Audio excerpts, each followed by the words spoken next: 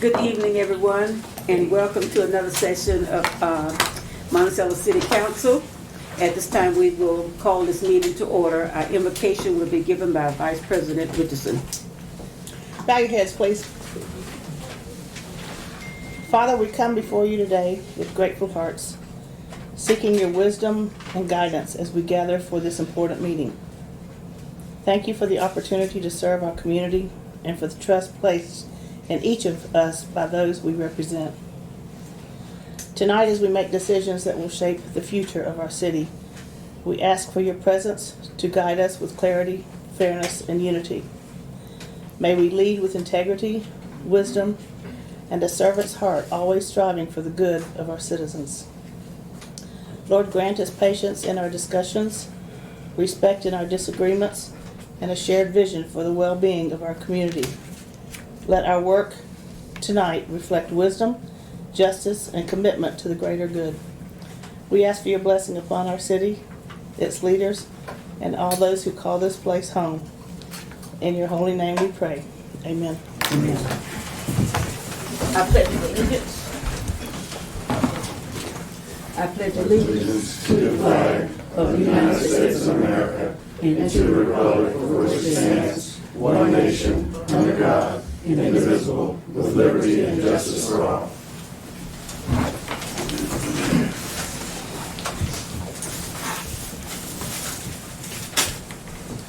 Mayor, before we begin, I'd like to make a couple changes to the agenda. For one, I do have December's meeting minutes done, but we are not yet done with the September, October, November.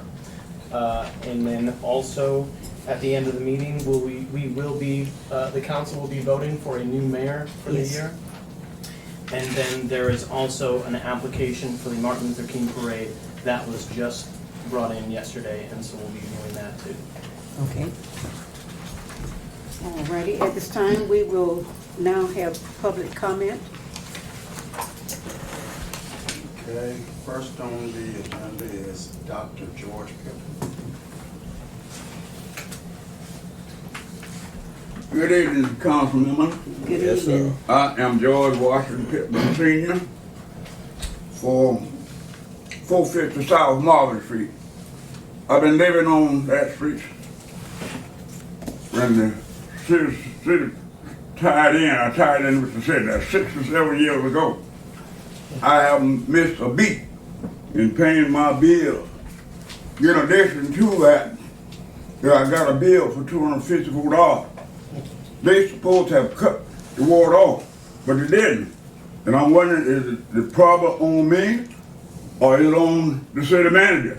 But the problem is somewhere. I'm appealing to y'all to take a look at what is right with the jury. I'm not begging. I don't beg. I earn my way wherever I go. And if you would, you look at April of 1925, I stopped paying the bill. They supposed to cut it off. Your printout says that they are credit service, they stopped calling to cut it off. So now this is before that time. And in addition to that time element, I'm caught in the middle. My bill's still going. They didn't cut it off. So take a look at that. All right. I'm looking for fairness. Y'all are representatives. I don't have another place to go but to y'all. If you say no, then I have to go with the flow. Thank you. Okay. We'll take a look at that again. I was thinking that stopped. Because we Okay. discussed this at a Yes, we did. previous meeting. Okay. I'll see what's going on. Okay. I think he is talking about the same situation. Okay. But I think we did try to reach out and call, and we don't have a proper phone number for him. Okay, second on the list, I can't read the last name, but it's Tracy. That's for specific agenda. Chief, Mr. Pittman, be sure to give us your correct phone number. Yeah, I got it. Okay, thank Yeah. you. Oh, on the sign-in sheet? Sure. Okay. Thank you. Okay. Yes, sir. You said, It's for 370. okay. Jane Gilboy. I want this Okay. one to 370. Matthew Parker.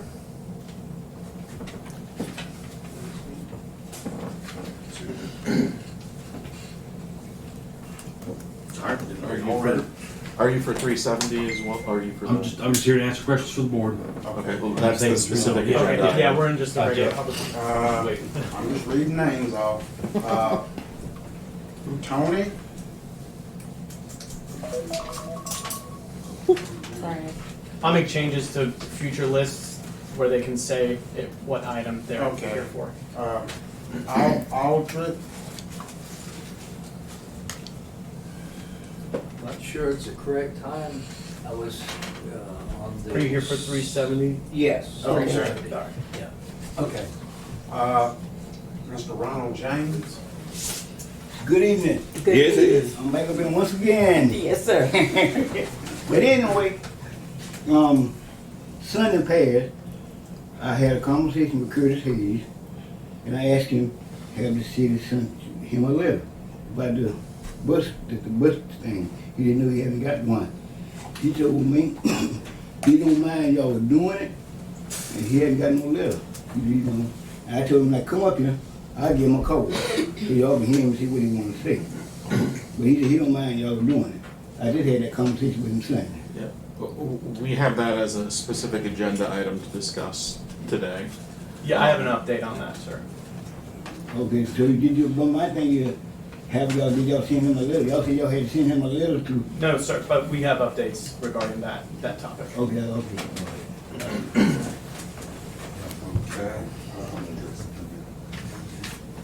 Diane Leach. 370. Okay, yes, okay. Okay, Iron's Board, I'm assuming it's the same He one? wants 370. And that's all. Okay, thank you, Chief. Item number 5 is consent agenda. Do we hear a motion? I would make a motion, we approve the December meeting minutes, and hold until we have copies of September, October, and November. And there is an edit from the one I sent you in the email. I had in the original one that Councilman Evans turned his paperwork into the attorney for the conflict of interest. He actually turned it into the city clerk, so your paper copies have that change in there. Okay. Okay, do I hear a second? Second. All in favor of the consent agenda being accepted, let be known by saying aye. Aye. Excuse me, just the record, I was not here last meeting, so I did not vote on these minutes. Okay, 4-0 instead of 5. okay. Okay, so, we accept the motion for our consent agenda. Item 6, old business. So, for the bench, myself and Quinn Atkinson, the city planner, we've been going around talking to, we met with we went over to the Jefferson County School Board and spoke with a gentleman that's in charge of the bus routes and facilities. And then we also spoke with Jackie Pons and the school.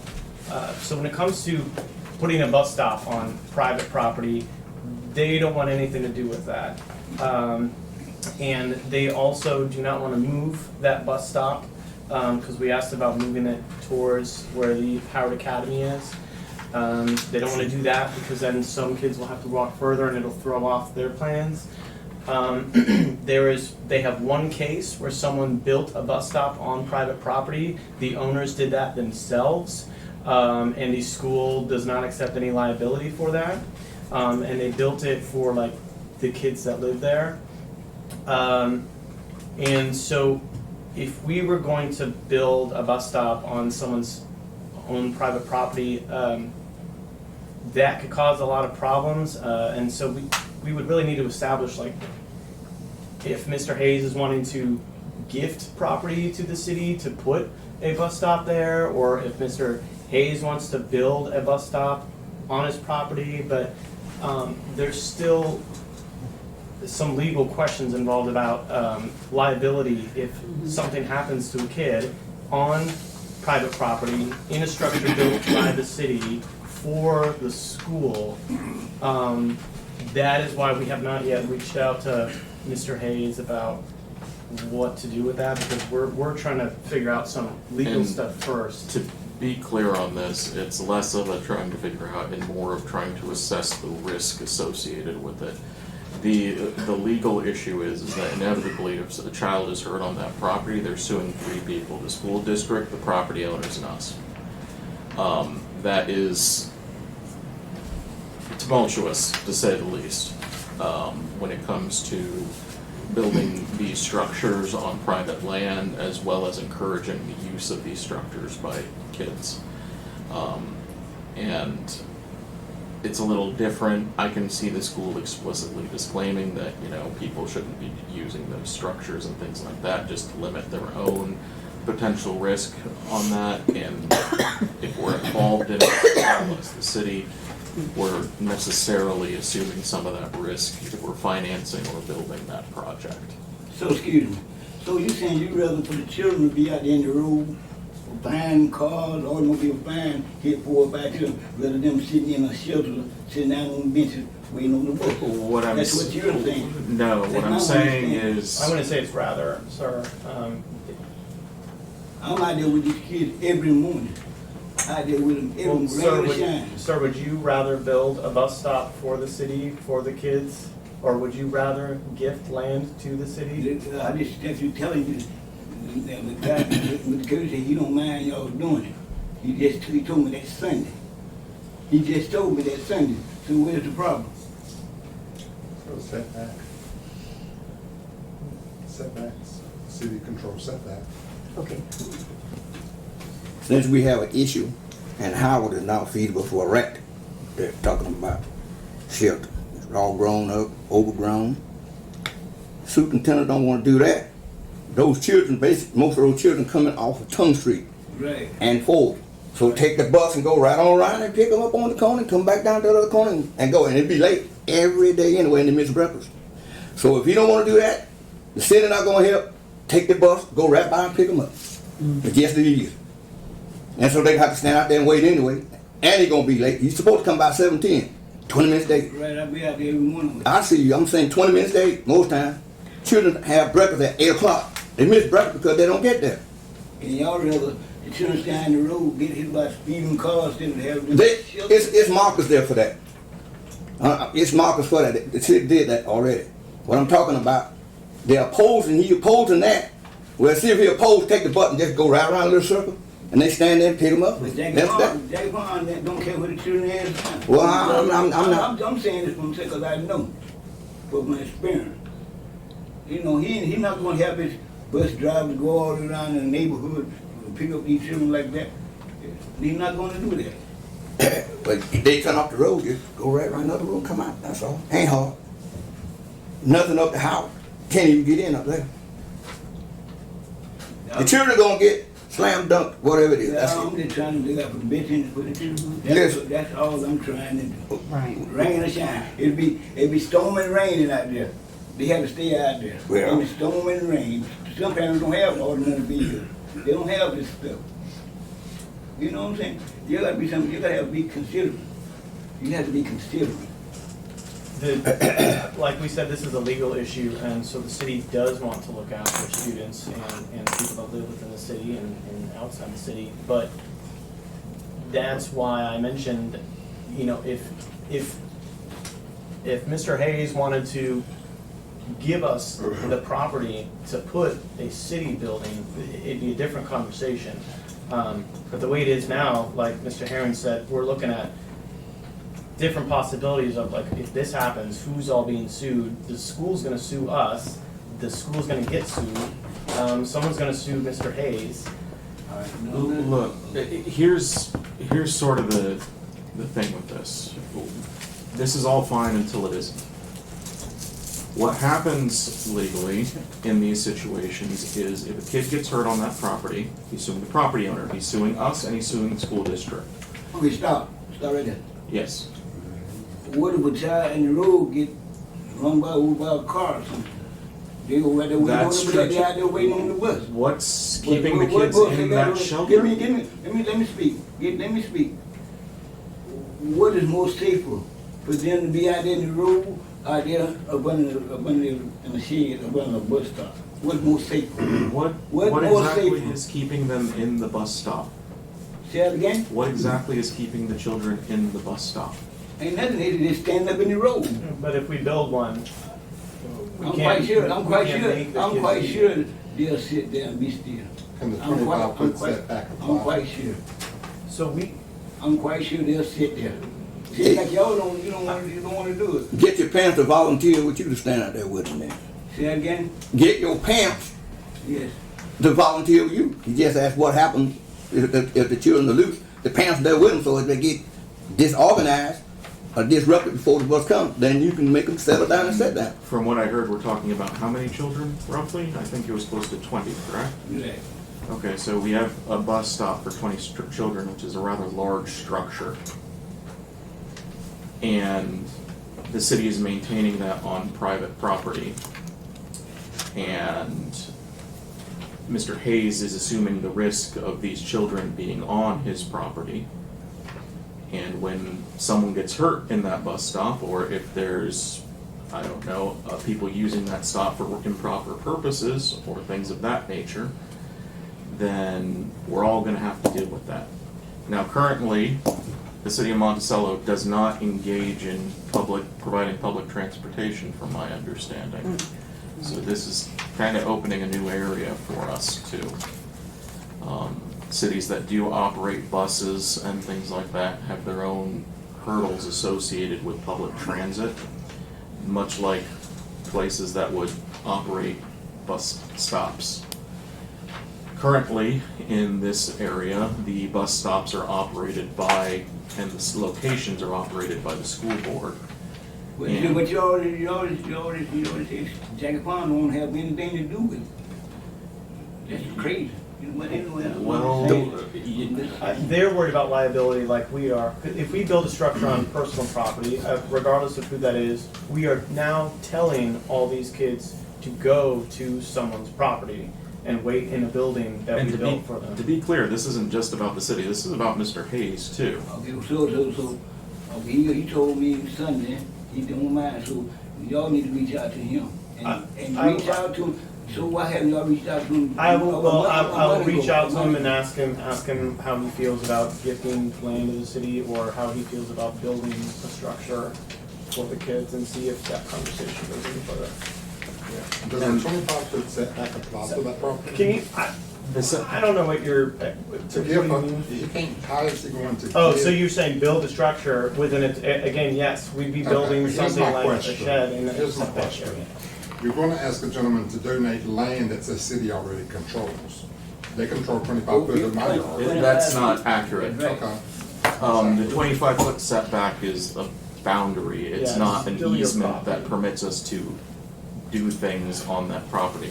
Now, there's limited easements for other purposes, but not for building a bus stop. Okay, but the parties that are volunteering, I'm good with it. I mean, look, having seen these lawsuits in the past, Mr. Hayes is opening himself up to hundreds of thousands of dollars of liability, potentially. If he's willing to accept that, that's on him, but it's not as simple as just operating a bus or having a bench on his property. And I'll be honest with you, I don't think you could write a hold harmless agreement that would amount to anything. I could write one, But it's a good question of what the court says about it when the time comes. I asked the school, even just about vetting people when they decide to put a structure that's meant for students. It's a process, and it's not as simple as, we're gonna build this and hope that everything works out. All right, okay, I tried, God knows. I will reach out to Mr. Hayes. But we think it's a noble thing that you're doing here, or at least I do. I can't speak for the council. But it's not a simple thing. And that's part of where getting multiple government entities to coordinate with each other is not always the easiest thing to do. Thank y'all for your time. Okay, is the possibility of rerouting that bus? No, it ain't gonna do No. it. It's just, you got it route. Don't come Yeah. off because Palmer Mill, cross the school, Railroad and Second. Those children, there's some children on Railroad gonna have to come to Second. They stand on the corner of Second and yeah, Railroad. and that's something the school district can decide. It's not something we Yeah, can that's do. a tough problem. Yeah. Really, not be able to meet Yeah, that. so once I asked about, because I said there's room at the Howard Academy, but And I was the assistant director in charge of bus facilities and bus routes. I can't think of the gentleman's name right now, but Wilson, that was but did not want to entertain moving that because of how it affects. there's legal Other kids. requirements for the coverage zones that bus stops can be at, and I can understand them having some concerns with that. Now, especially if they're already running late and it would result in adding another stop to the route. That being said, I don't know what that map looks like, and that's really a question for the I can school. remember them rerouting it for two children. This is twin. All right, thank y'all so much. Y'all have a good night. Okay. All right. Okay, all right, we're still under item 6, old business, land and building purpose opportunity to rehouse Monticello PD. This is an update on that. Okay. This is currently in the hands of Duke Energy, who is coming up with a potential contract for us to accept once we see it, if we like it. But so I've made the offer under the council's guidance, and All right, so we're just waiting on that. okay, thank you. Okay, next item is 370 South Jefferson Street. Evelyn and Tequila Hagan, second reading of proposed ordinances. Madam Mayor, Yes, sir. offer to submit a conflict of interest. Yes, sir. Okay, number 1 is requested amendment, comprehensive plans, future land use map to change the designation from residential low density to commercial. The LPA voted 3-1 to recommend denial. Would you like me to read that Yes, sir. title right now? Ordinance number 2026-01. An ordinance of the City of Monticello, Florida, amending the City of Monticello Comprehensive Plan pursuant to Section 163.3187 Florida statutes, providing for a small-scale amendment to the future land use map, redesignating approximately 0.13 acres of a 0.77 acre parcel of land as more particularly described in Exhibit A and located along South Jefferson Street from residential low density, RLD, to commercial, C. Providing for purpose and intent, providing for adoption of the amendment, providing for concurrency and consistency with the comprehensive plan, providing for severability, codification, scrivener's errors, and providing for an effective date. Is this one, do we need to read all of it? The readings are just for the titles.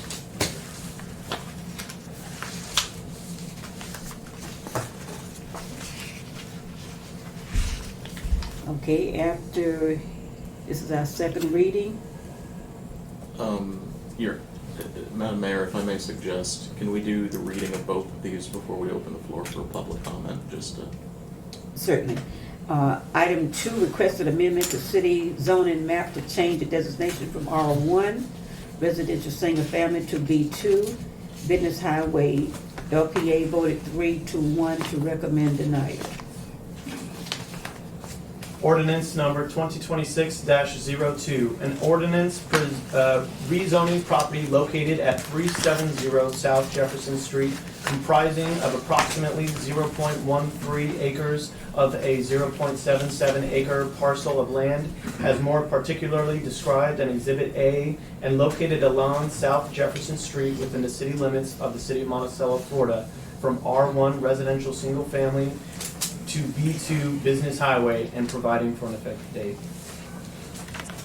Okay. All right, so now we will open for our discussion.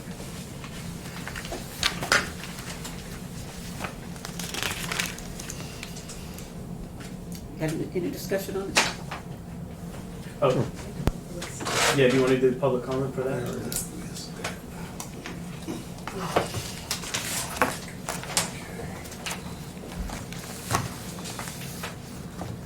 Oh, no, sorry, go ahead. I didn't know if you wanted to hear from Matthew Parker first or the public comment. Public comment, please. Tracy?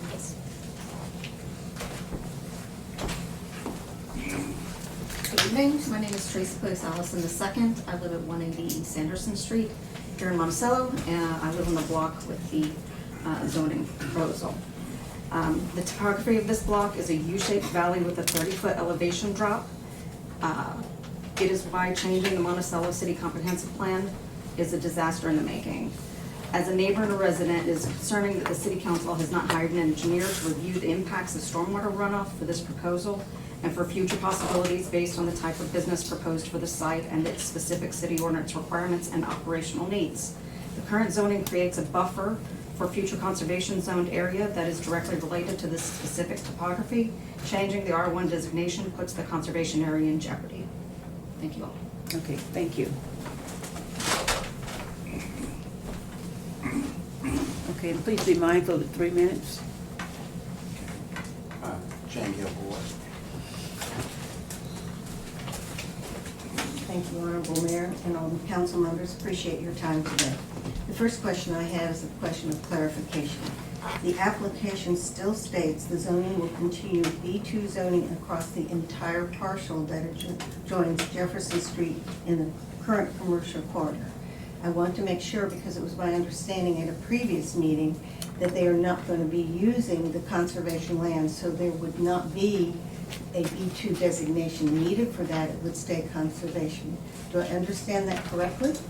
We're talking about two separate things. The conservation easement is a separate overlay from the zoning.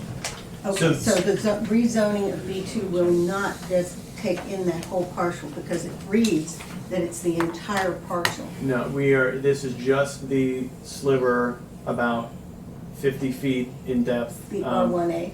Above the conservation. Okay. So their plan is not to touch the conservation. Because when I looked at everything, I was just wanted that clarification because of what the application still states. It hasn't been modified. Okay, yeah, we have the correct information in the ordinances. Thank you, appreciate that. My comments are, first of all, I want to address the amendment for the comprehensive plan. Comprehensive plan is a roadmap. It is the plan for how the city should be laid out and what should be done. And if you look at the local planning agency documents and the comp plan, it says we need more conservation land, we need more areas, and that we shouldn't be changing this just open request, because once you open the comprehensive plan, then you set a precedent for everybody coming for every little thing they want changed. So I would encourage you not to change the comprehensive plan.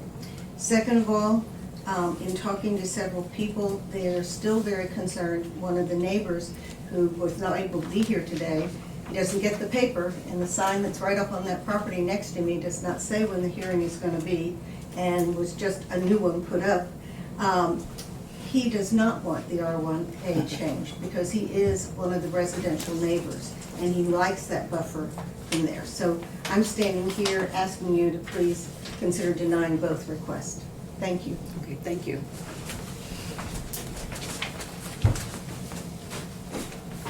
Matthew Parker. Good evening, Commissioners. Matthew Parker, Parker Engineering, representing Ms. Hagan on the rezoning and the site plan for the funeral home. I think we've kind of been over all this a few times. Everybody's got the gist of it at this point, I hope.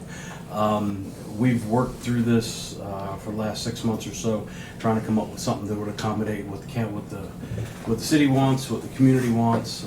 We have revised the site plan as not to do anything in the conservation area. We've left that untouched. We're only looking to rezone a 1/10 of an acre strip, about a 50-foot strip that's currently zoned residential that adjoins the property, and we would use that for gravel parking. We've done everything possible to minimize impervious for stormwater. A lot of concern with that. Our water's going to be heading out to the street as it does now, and then we'll impound the water there at the gravel parking. We have a couple things out there as far as we've gone for a little bit less parking, gravel parking, all in an effort to try and limit the development area and limit the impervious that we're going to construct on site and still make the parcel usable. If you have any questions for me. Are you, current setbacks with the parking area, I think is 6 feet? There's 6 foot side setback for VUA, which we achieve, and there's also a 15-foot setback buffer in the back on the side. To the residential to the side, we have proposed a wood fence. So there should be 20-foot buffer, but there are provisions for the city to allow, in place of a 20-foot buffer, a reduced buffer with a screen, meaning some sort of wood fence or something that would block the residential from the parking lot. Is that another variance or is No. That is something that we can allow without a variance. And the code requires it can be either vegetative or like a screening fence. We opted for the fence because it's immediate. I mean, the fence, you plant bushes and hope they grow, and this you're gonna have a 6-foot wood privacy fence of immediate. Okay. So.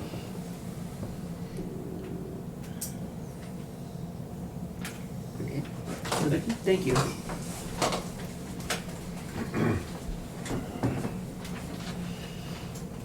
Tony Aldrich.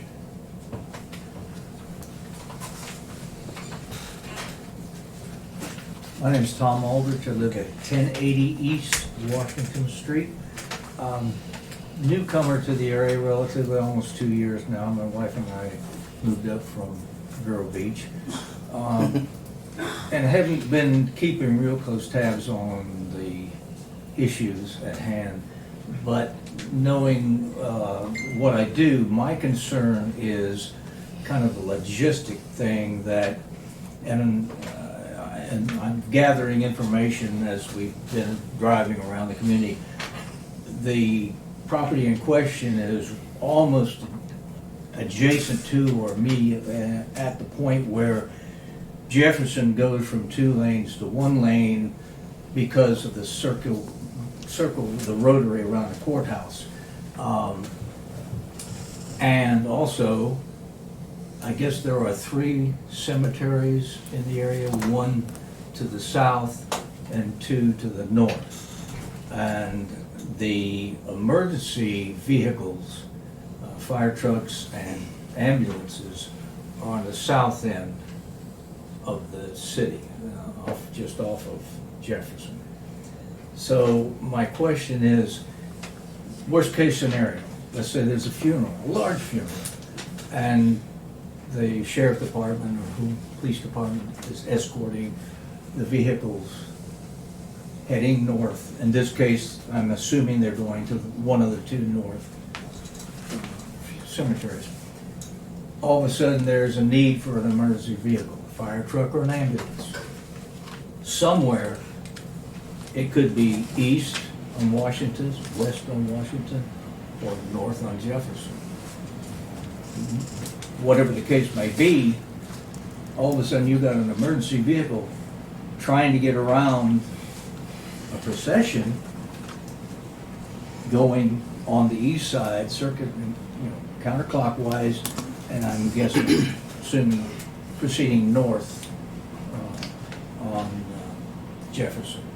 So I see a conflict there that could cost somebody their life or building in case of a fire. That's my concern in this particular situation. Thank you. Madam. Yes, sir. Yes, sir. You saying east and west Washington, 19 south and north, could be possible? Yes. Well, Begg's Funeral Home is on Washington. What would be the situation if he had a funeral and cars lined up and you had fire truck or emergency? What's gonna happen to that? Okay, the funeral home right there on West Washington, on East Washington Street. Okay. Begg's. And he's going. I don't care where you're going. If it's an emergency, there's 90 east and 90 west. What's the scenario there? Okay, so are we assuming the scenario I laid out to the two cemeteries to the north? I'm not talking about the cemetery. I'm talking about getting on the road. That's what you're just talking about. Mm-hmm. Well, that's what I'm talking about. There's bags on East Washington, 90 east and 90 west. Yes. What if he having a funeral? Okay. And some emergency come, ambulance, fire truck, and they have people, what they supposed to do? That's a good question. Okay, well, that's the same thing on 19 South and North. The Beggs would be heading to get to the two cemeteries to the north. I believe, I don't know, there may be a back road. But Beggs would come out and do a quarter turn and head north, no? Not all the time. No. You said you just moving here? Yes, sir. I've been here 71 years, sir. Okay. Okay, so I know Monticello. Well, I do know north, south, east. Well, and I'm west. telling you, those corrals, those are state, federal highways, thoroughfares, and not only for a funeral, if there be an accident on Interstate 75, that traffic will get redirected from 75, and this gonna be a 19 all the time.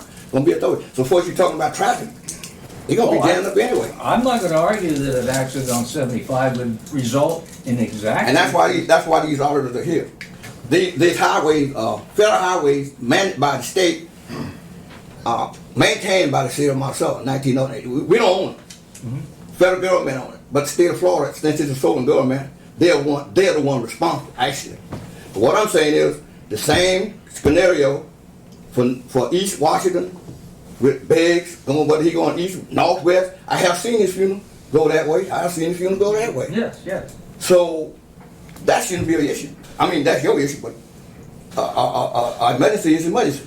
Okay. And it don't matter which highway it is. I can say if Biggs came out on 19, headed west 2 blocks to the circle and went north, you would have you would have 25% of that circle blocked for emergency vehicles. Well, they gonna stop in. Well, yeah, they'll have it open. You're gonna have officers there. So But what I'm saying, they're in the westbound lane of nighttime. Well, let's get back to it. It don't matter what it is. We're gonna have law enforcement. They're gonna be directing traffic. Okay. So if they gotta redirect traffic like they do with the parades in Monticello, make it around the back road, that's what happened. I'm just, I think everybody can visualize in their own Well, mind. well, we visualize. We want to visualize. Mr. Arthur, now,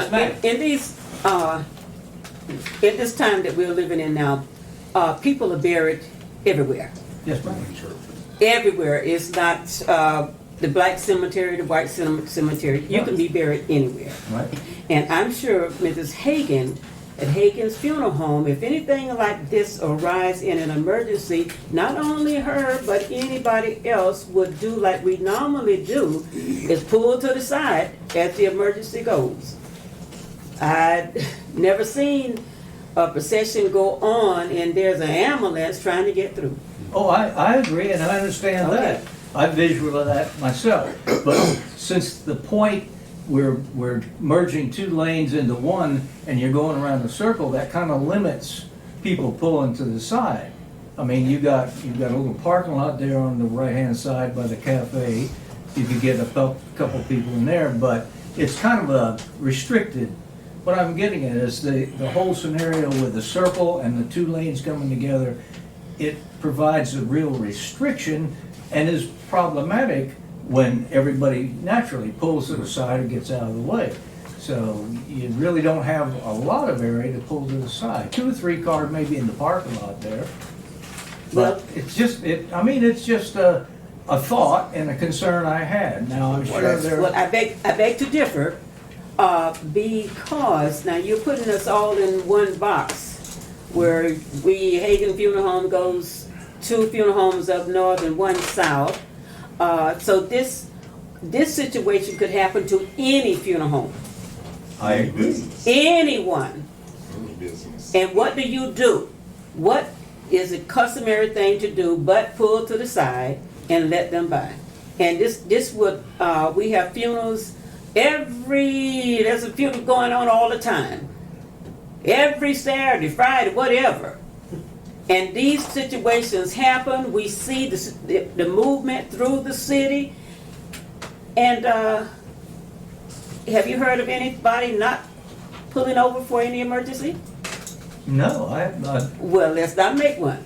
Okay, that I agree. Everybody pulls in and what to do. You see the lights and you try to find a spot to get your vehicle out of the way. My point is, in that circle, you're limited to those spots for vehicles pulling out of the way. I would like to say it one more time. Okay. Law enforcement is in charge. Okay. They handle it. All right, amen. Bottom line. Amen. So you don't have to worry about nothing. Amen. Chief, do we have any more comments? Oh, okay.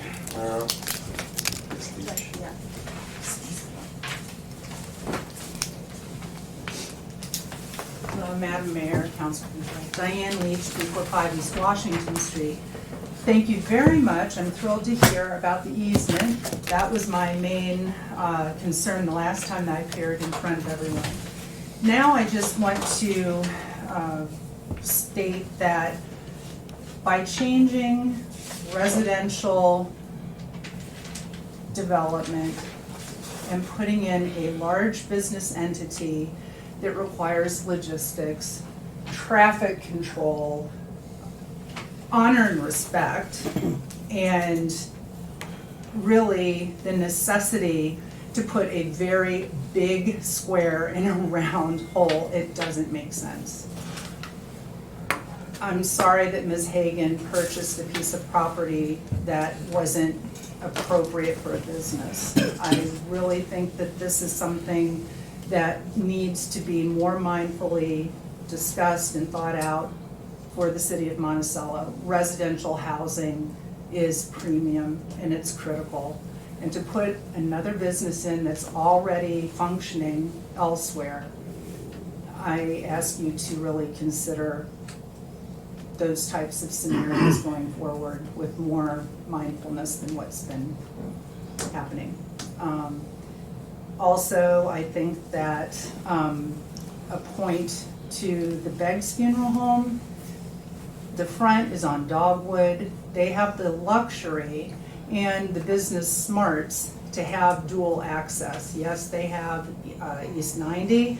They also have dogwood for staging. And to this gentleman's point, you know, traffic is getting unruly around here, and I think that we need to be better stewards of traffic flow, businesses, and mindfulness of how residents live in this community. Thank you. Okay. Now, we do know that Beggs Funeral Home does utilize both sides of the street. For residential Right. and no parking lot. Yes, yes. Yeah. Find me a designated parking lot at Beggs. Find me one. Don't have one. Okay, and I do applaud Ms. Hagan for her boldness in purchasing this property. That was a bold move, and I do applaud her.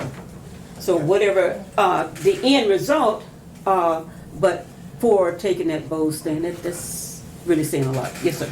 Mr. Hines, boy.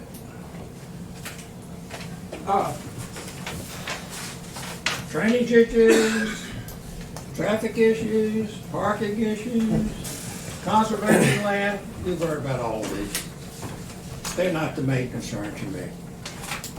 The main concern to me has to do with how you, as a chief public policy-making body in the city of Monticello, react to a request, what appears to be mostly a personal request, to change one of the most, probably next to your charter, the most important document that you have. It wasn't done lightly, and it's hard to change for a reason. Because, you know, it's our long-term plan, it's our long-term goal. And if we reach the stage where anybody who has a few friends or acquaintances on the council can come say, look, I want to build this business here, but it doesn't fit the plan, and I bought this piece of land, and I really need to do this. I didn't find that out until after I bought it. So will you please change the plan for me? That opens a can of worms, and it puts not just you, but any future council in a really bad situation. Let me give you an analogy. I'm speeding down the Asheville Highway because I go out there a lot, and I get stopped, and I'm doing 70 miles an hour on a 50 mile an hour zone. I know the sheriff fairly well, but should I be able to go to the sheriff and say, Sheriff, will you fix my ticket for me? Mm-hmm. I know I did something that wasn't legal, it wasn't right. And you know what I'd expect the sheriff to say? Heck no, Hines, I'm not going to do that for you. And I would say, Sheriff, you know, I respect that. And I think you're in a similar situation here. That this is not something that can be done lightly because it has serious long-term consequences, and any comprehensive plan should have an overriding public benefit. And folks, this one does not. There are lots of other things that can do with that property, that you can do with that property. They're good things. Your things will be good for the community, and they could be done properly for the owner. So I don't think we have to feel bad about that. So I'm asking you to think about that when you take this vote. Mr. Bowen, I beg to differ with you. Are you insinuating that we're operating on the good old boy system? Where you come and find your friend? I didn't say that. I don't want to have that debate. I don't want to have that debate with you. Okay, all right. But we got you on record. Okay, shall we proceed? Do we have any more? Okay, there we go. Shall we move on to new business? We would need Are we to, not taking a vote? we would need to vote on it. Yes, we do. Okay, all right. Okay, just as a matter of course, before we vote on this, section 166.041 Florida statutes designates that any ordinance change must be approved by a majority of the voting members. In this case, we have 4 voting members. There are 3 votes required for a majority. Okay, all right, on our first change, which has gone before the LPA.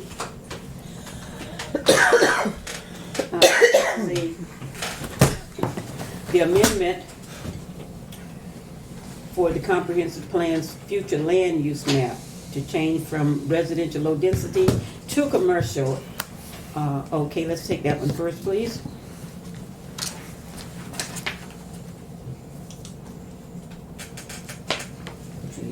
I need a vote.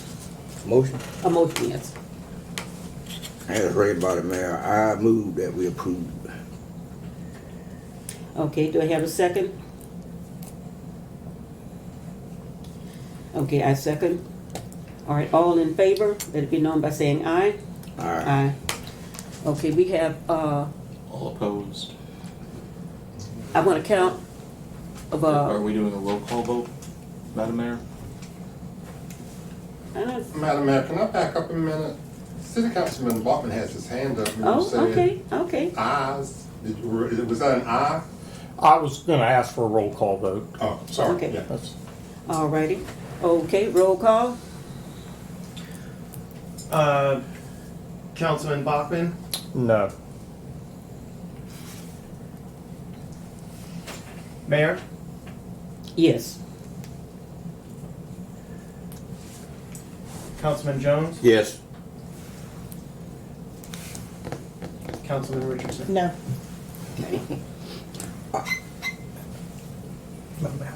Oh, you got talent, I got something. Okay, so that vote is 2-2. Requested, were you saying something? Yeah. Last one, I'll put you on the spot. I remember myself and Pastor Cowell, somewhere around 94, 95, 96. We had a similar 2-2. And we had the attorney for the tie, 2-2. And the ones who voted yes, and I can go back to my books because I got from the time I came on council from 96 up until present. I go back and find out where that 2-2, that went to the one who voted for it. That ain't supposed to pass because. And I can't quote you the ordinance right now, but I know that it did happen. We had 4 people, and we had 2 against, 2 opposed, and 2 for. And I'm not talking about parliamentary procedure out of Robert Rule order. Myself and Pastor Cowell was on the council, I think with Wayman Law and that kind of something. Wayman Law and Broomfield, one of the 2 of them. And we had 2-2. And the way Bruce passed now, he put a 4th, and I don't remember what the procedure was, but the 2-2-4 won for it to go forward. Might look back in your archives, you'll find it. I got archives on them also, I'll find it. But right now it's 2-2, what you gonna do? All right, attorney.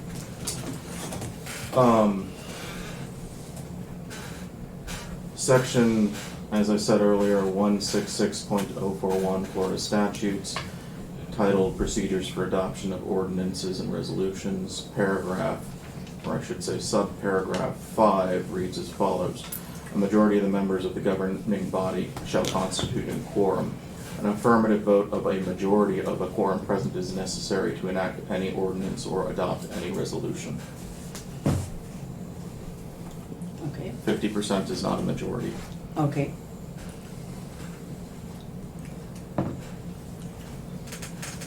All right.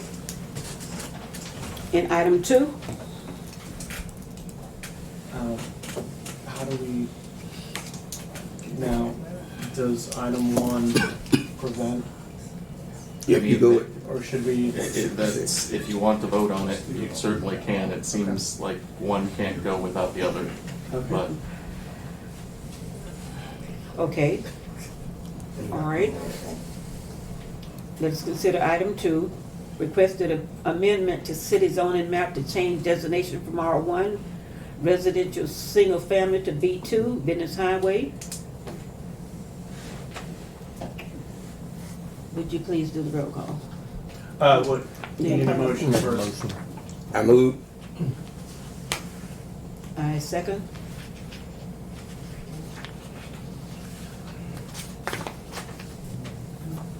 All right, Councilman Bachman, No. Mayor, Yes. Councilman Jones, Yes. Councilman Richardson. No.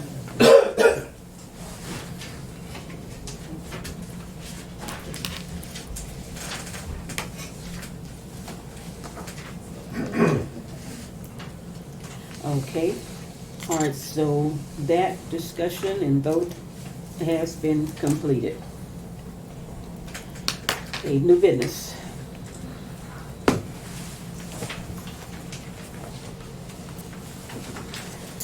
All right, planning items, 1150 North Jefferson Street, Bob and Jeff's Lighthouse Charter and Fishing Trips, and Absolutely Fabulous and Sightseeing Adventure LLC. Okay, for that, they had submitted, last time we didn't have a site plan of the changes they wanted to make to their parking. And so now we've been presented with that, and that received a vote of 3-0 to approve from the LPA, a recommendation to approve from the LPA. They didn't see any issues with the parking lot design. So this is really to approve their site plan as is. So the construction will go through the building department, but we don't see any issue with the way they want the building or their Okay. parking lot.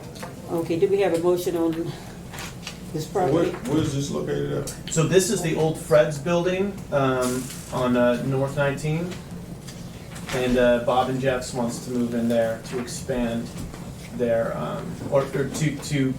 they're gonna move out of their current location and use this so that they can have a larger location and offer more. Lighthouse Charter and Fishing Trip. That's the actual name of their business.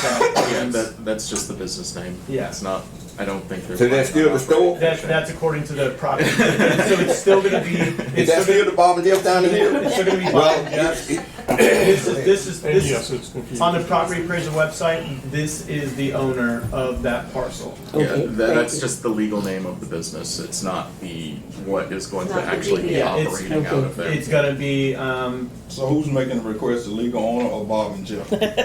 so. I mean, I'm just asking questions. Are the Yeah, legal owners They're one and the same. So our application, the applicant is Jeffrey Hendricks, who is a contractor working on behalf of the gentleman with Bob and Jeff's. But it is the owner of Bob and Jeff's who is making this request and wanting to build that. Do we have a copy of that in here? Whatever you're talking about. The application Yeah, is in yeah. here, the site Okay. plan is in there. It's, a good All portion to of the the back. packet is what we've just discussed, and then you will find the application with Jeffrey Hendricks' name at the top, followed by the site plan, and then behind the Dixie site, Drive, I see. behind the site plan is a quick, just a layout of the inside of the building. And then behind that is grab from the property appraiser's website showing the property as it exists, which is right there on Dixie Drive, the south side of Dixie Drive. And that is it. The legal entities are all correct. Okay. Let me assure you of that. The It's- legal entities are correct. Business name. This is not going to be a charter fishing. Yeah. If we look on the operating out property of this. appraiser's, this is not. It is a store. It's not. Okay. They're, for some reason, they chose that That's as their just- legal yeah, that's the LLC company that name. owns it. Okay. They're doing business as Bob and Jeff's or grocery Okay. through this, from our understanding. Yeah. Okay, can I get a, Hold a minute now. yes, I read also that they're gonna put a drive-through drugstore. That's what I read. That is Hey, correct. That too, that part of this also? Yes, it is. When are they moving? Well, they need this before they can start. Yeah, so they're in there, they've been doing some soft work, and we've talked to them about some of the stuff they're doing, trying to make sure we get, all of our bases checked, but, they own the property and they're ready to begin their actual construction, and to do that, they need approval from us, so that they can then get all their construction plans approved by the building official. okay. Could I ask a question? Yes, We ma'am. back up to where we voted just while ago, y'all voted just while ago, 2-2, but that's a tie. So That's- how you gonna break the tie? There is Because no. it's got to be a, No, there is no tie. The law requires that a majority of the voting members vote in favor of an ordinance. A majority is more than 50%. Exactly 50% is not a majority, so 50%. is a denial. You remember, 50%. Councilman Evans? George didn't vote, he That's couldn't right. vote, Correct. okay. But 2 voted, Uh-huh. and That's it's a standstill. yes, ma'am. Well, it's dead. Yeah, It's lost. It's a dead It's issue, It's a dead end. It's been denied. yes, ma'am. This request is a dead issue. That request Yeah, is a yes, dead issue. yeah. Yeah, and it, So what they gonna do about it? that, You know, we standing out here waiting, you know, trying to find out the results. That's, You know, well, the result is it was denied. so it's denied for number 1 and it's denied for number 2. Yes, sir. Correct. So it's standstill like it is. No, nothing going There's They're been not no gonna- changes They're to not the gonna let them ordinance. build, they're not gonna, change it from a, commercial to a resident to a commercial. We're not changing the zoning or the future land use designation, and so their current plans that they've submitted, are denied. That doesn't stop them from a redesign that doesn't need changes to the That's coming. zoning. Excuse me? That's coming. Redesign. okay. Okay, thank Where you. that attorney was? What happened to that attorney from Ms. Hagan? Attorney? No. Engineer, whoever. Oh, the engineer. They do disappear. He left. He left. Oh, fine. Okay. Was there still public comment on the denial? It kind of dovetailed off. So we still need a There's vote no, on the 1150 North Jefferson Street. Okay. Or, All right. or a motion. Do we have a motion? I'll make a motion that we accept the site plan, proposed site plan at 1150 North Jefferson Street. I'll second. Okay. All in favor, let it be known by saying aye. Aye. Nope. Okay. All right, so we have, majority on, You got 4-1. yes, sir. All right, Jones. Okay. All right, so it's been properly moved and second that this proposal will be, this application will be accepted. 585 Plum Street, JBN Farms LLC.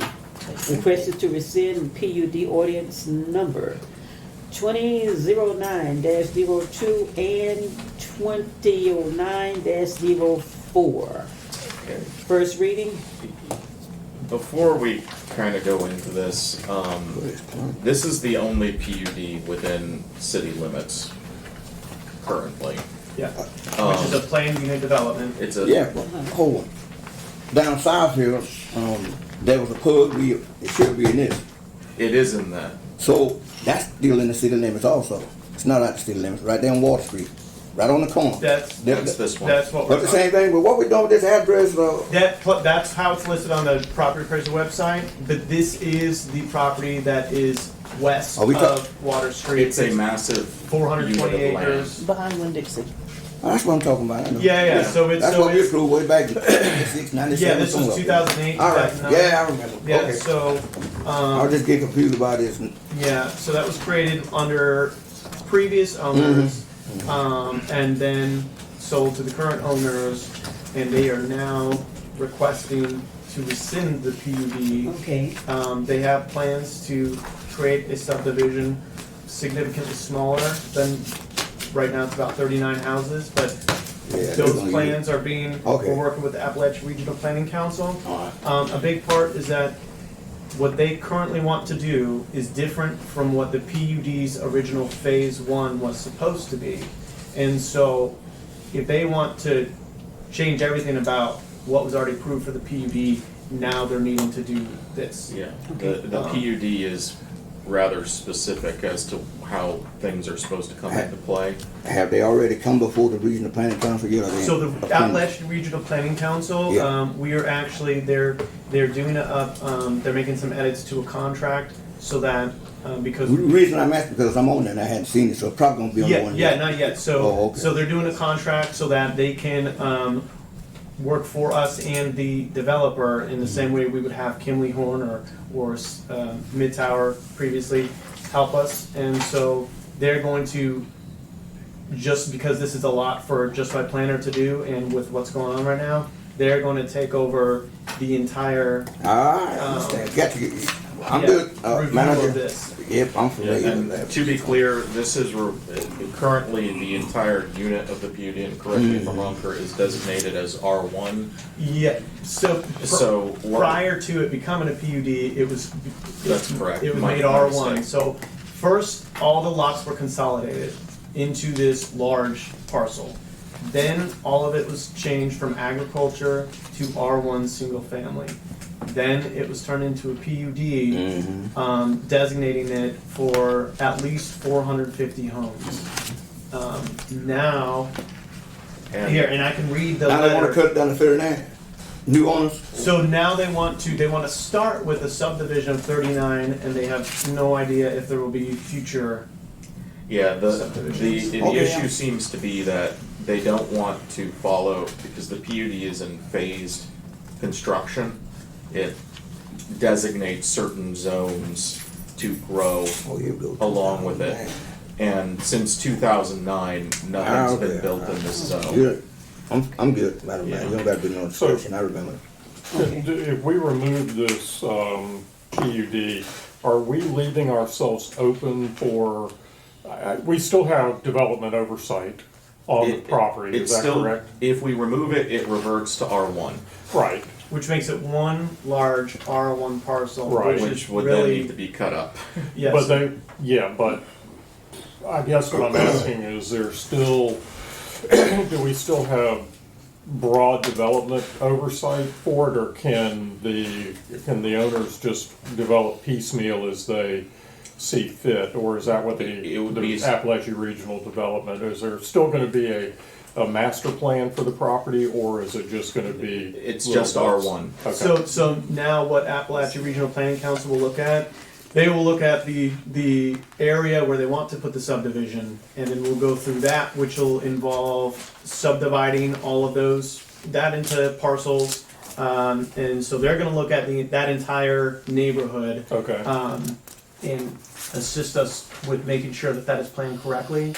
Um, And then any future plans will go through the same process and so on. yeah, they could bring it as neighborhoods. They could bring it as one at a time, Okay. but it'll involve lot splits and meetings and LPA. Okay, And that's fine, yeah. Yeah, it's not quite as structured as the PUD is the short answer. But we still have visibility on proposals. Yes, I mean, at a bare minimum, they're gonna have to cut up that property Yeah. rather substantially. And it would no longer have a designation of just automatically being allowed to have 450 plus, because that was part of the PUD.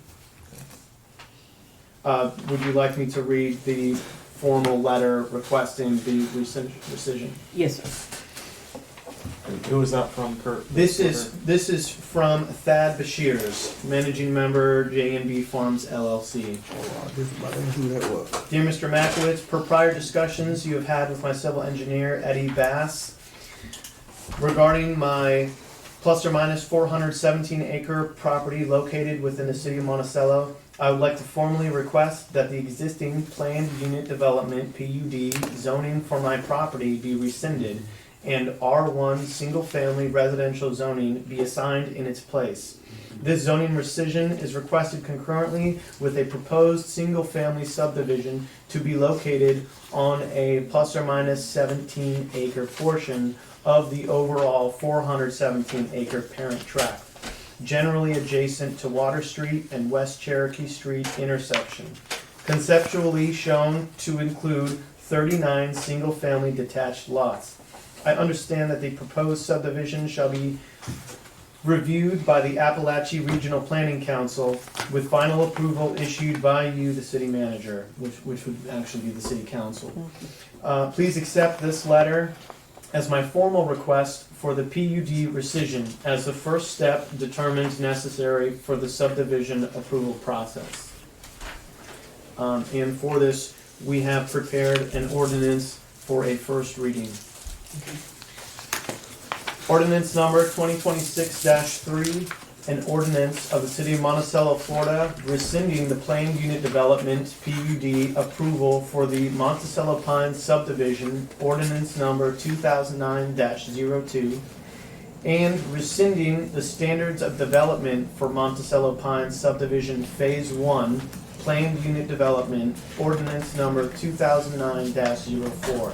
At the request of the developer/property owner, providing for the reservation of ordinance 54-252, providing for findings, providing for the property to remain zoned R1 single family, providing for severability, providing for conflicts, and providing for an effective date. And this will require a second. Yeah, we cannot vote on that. A second reading. And publication. Okay. Thank you. 580 West Washington Street, Avera Clark House, Nicholas and Teresa Barbara Life Estate. Okay, so with this one, previously the council had approved the idea of bringing this into the historic district. Now we have the ordinance to actually adopt it, but this again is a first reading, and the next meeting we could potentially adopt it. Okay. Alrighty.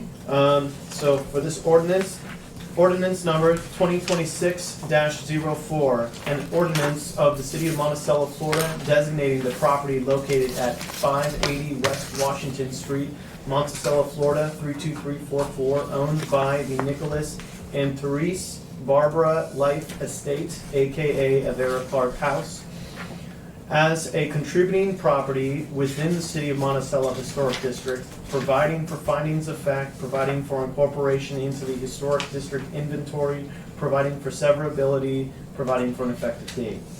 And again, that is a first reading. Okay, thank you. Monticello Police Department contract. So I spoke with a gentleman from the Fraternal Order of Police, which assists the police department with the contract, and currently the current contract of the police department with the city is that expired. right? And so there's going to be a need to do a new contract, do a renewal, and so the representative from the Fraternal Order of the Police, he has provided an email first, which is the first couple pages in that section, just describing some of the changes that he has put into that proposed contract, which is also in the packet. Okay. So some of the changes, there's strikes through the things that have been changed. And I believe the largest changes have to do with benefits. Is that correct? Mm-hmm. Okay. Benefits to make the department more desirable to bring in people in and taking care of our officers. I'm only up here in case y'all need any clarification on any of the items. The FOP members are not available to be here, so they asked that one of us members from the department and the FOP be here to possibly help navigate any waters. Kirk pretty much laid it out pretty well for y'all. And just to be clear, this is a collective bargaining agreement. Yes. So. And we want to be voting on it. Yeah, I don't believe that we would be voting. This is just a proposal. Oh, yeah, correct? Of course, yes. So this is more of a for your information. Would there be anything needed from the council to go back so that way the police pension retirement attorney would know to provide a written change to present to the council? Because that will be a change to the retirement pension that they will need to then, if the council wants to move forward with, I believe, right? Yeah, we're gonna have to take a closer look at this. Yeah. This was sort of putting this in front of the council for let you review it, and then there's going to be some further. What are the main benefit changes? So if you look on the front right here, where it starts, y'all see that right there. So it lays it out that currently our multiplier is 2.75. The retirement benefit will be a calculator multiplier of 3.5. The current employee's contribution to pay is still 5% with no increase. The new retirement multiplier will be 3.5 for 20 years of service. No age would needed. Currently it's 2.75, 25 years and the age of 52. So it'll be 3.5, 20 years and out if they choose. The age 55 with 10 years of service is the same. Double pages on the curve. Oh, sorry. It's all good. You go down, there's an option for a drop, deferred retirement option plan of 5 years. There is a COLA, 1.5% cost of living increase for every 2 years once the retiree. There's a share plan, which we already are a part of, and also a supplement benefit. So employees who retire under normal retirement eligibility will receive an additional $500 per month till age 65.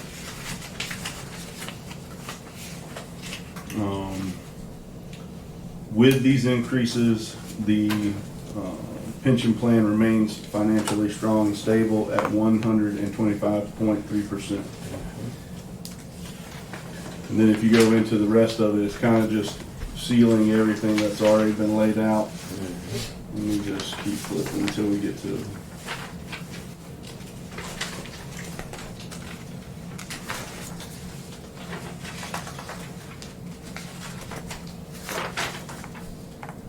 So once we get to page 13, there's strikes in the D and E column, taking out an additional salary increase of the 2022-2023 budget. Each bargaining unit member as of 10/1 shall receive the $2,000 bonus. That's what we received in 2022-23. There'll be wage reopening agreement for 23-24. Of course, there won't be a wage reopening agreement for 23-24.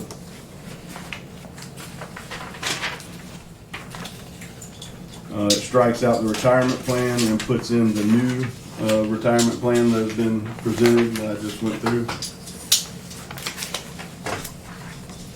On page 17.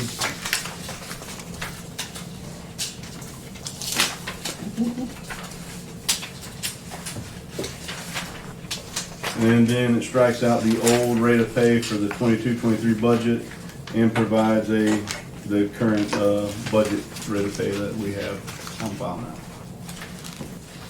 Okay, so this basically just helps the city keep experienced employees. Yeah, so what this is the Fraternal Order of Police is one of the largest police unions in Florida. They have these, and this is really with the employees of the police department So and the city itself to establish the ground rules for what their employment looks like. So to take it a step further, the pension board put in a request to see if it was feasible, a feasibility study, to help provide a better retirement system for the employees and new employees.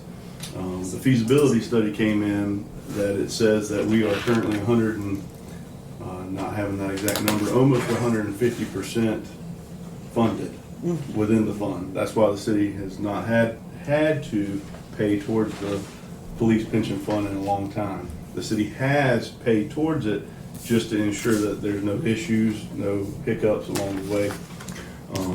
By changing the plan from what it is now to what we're looking at to help retain employees, get better employees, it still is funded at 125% with the new plan.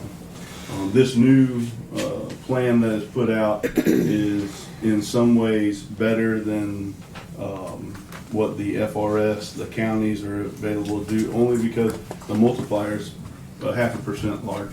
Well, and the COLA. And the COLA. Well, I think the COLA for some of the other ones is every year, where this one will be every other year. FRS doesn't have one anymore. They don't have one at all anymore. No, I used to work for them. Okay. So ultimately, like what your question was, it will take us from being able to be at a lower hanging fruit level to a higher elevation. So I do got one question when I read this. Yes, sir. Just received it. So normal retirement eligibility, an employee may retire with full benefit at the earliest of, it says age 55, for at least 10 years of service. Yes, sir. So you're saying, help me out, I can come here in 10 years and I can get a full retirement? You can currently do that right now. That hasn't changed. Currently under this benefit that we have been working under for 10 years, 30 years, the age is 55 in 10 years. Yes, sir. Yeah. That hasn't changed. And it's not a full retirement, it's a retirement. Correct. So you will get 10 years multiplier. at 2.75, which would be 27%, 27.5% of the whatever salary you had for the high five. Okay. What, I guess, so the full benefit, is that different from what you're saying? I mean, Yes, that's so what- in order to receive a full benefit, you'll have to do the 20 years. And that full benefit will be 3.5 multiplier, so 20 times 3.5 equals 70%, excuse me, Yeah, so. of your high five. So, having worked with these systems before, 10 is minimum eligibility to get any pension whatsoever. Which, if you look at the state of Florida, it's used to be 6 years when I worked there in 2007, and now it's 8. Yeah. As it currently So is. 10 years is a little longer period to get any pension whatsoever for this. It ensures that we have the individual coming and staying with us for that 10-year period. I think the way the gentleman, Mark Leon, wrote the explanation, just saying an employee may retire with full benefits at the earliest of 10 years, maybe what's It's a little confusing, but that's not what it means. It means that you can get a benefit Correct. at that age. Prior to that, you get nothing. And truthfully, the paper that you're looking at from FOP is not the paper that the pension board attorney will have to draw up, which y'all would end up voting Yeah, on. this is a lot more complicated when it Right. comes to the administration of the plan. I've seen So you- a handful of these. You would be voting on what the pension board attorney ends up placing in front of y'all. It will be very direct, have all of the better wording. Now, just from a legal perspective to address this is not that big of an ask. I think it's more a question of whether we, A, have the budget for this, and B, want to proceed with this plan because it is an ongoing extra cost, albeit from the sounds of it, a relatively minimal one. Now, I personally can't tell you what that cost is. I can. Sarah will likely have to take a look at It that. tells you on the page. That was a part of the feasibility study. Yeah, $11,074, is that per month, per year? That would be for per year at the current rate of employees we have. With more employees, that number would drop. Okay, and We have 3 new positions. If you had addressed that, now that I would tell y'all to talk to Sarah, but based off of the numbers that I understand, each employee pays about roughly $3,000 to $4,000 in. So that number would go down. Yeah. So with that $11,000, is that gonna come out of your current police budget, or is that new money we have to appropriate for you? Where would we? Well, that's more what I was talking about. Well, I mean, it's one of those things that would be a budgetary. I mean, it's all the same. That'd be a budgetary decision. $11,000, I think, to ensure that we have and attract the best agree. candidates is a small ask. No, I agree. That's how much y'all save on one police car. So, I think just because this is something that scales depending on another number of factors, and it doesn't sound like we're planning on entering into this tonight. I would recommend taking a look at the potential cost, because this is normally when you have pensions. If you have empty slots, it doesn't cost you anything because you don't have a person whose pension you're paying into.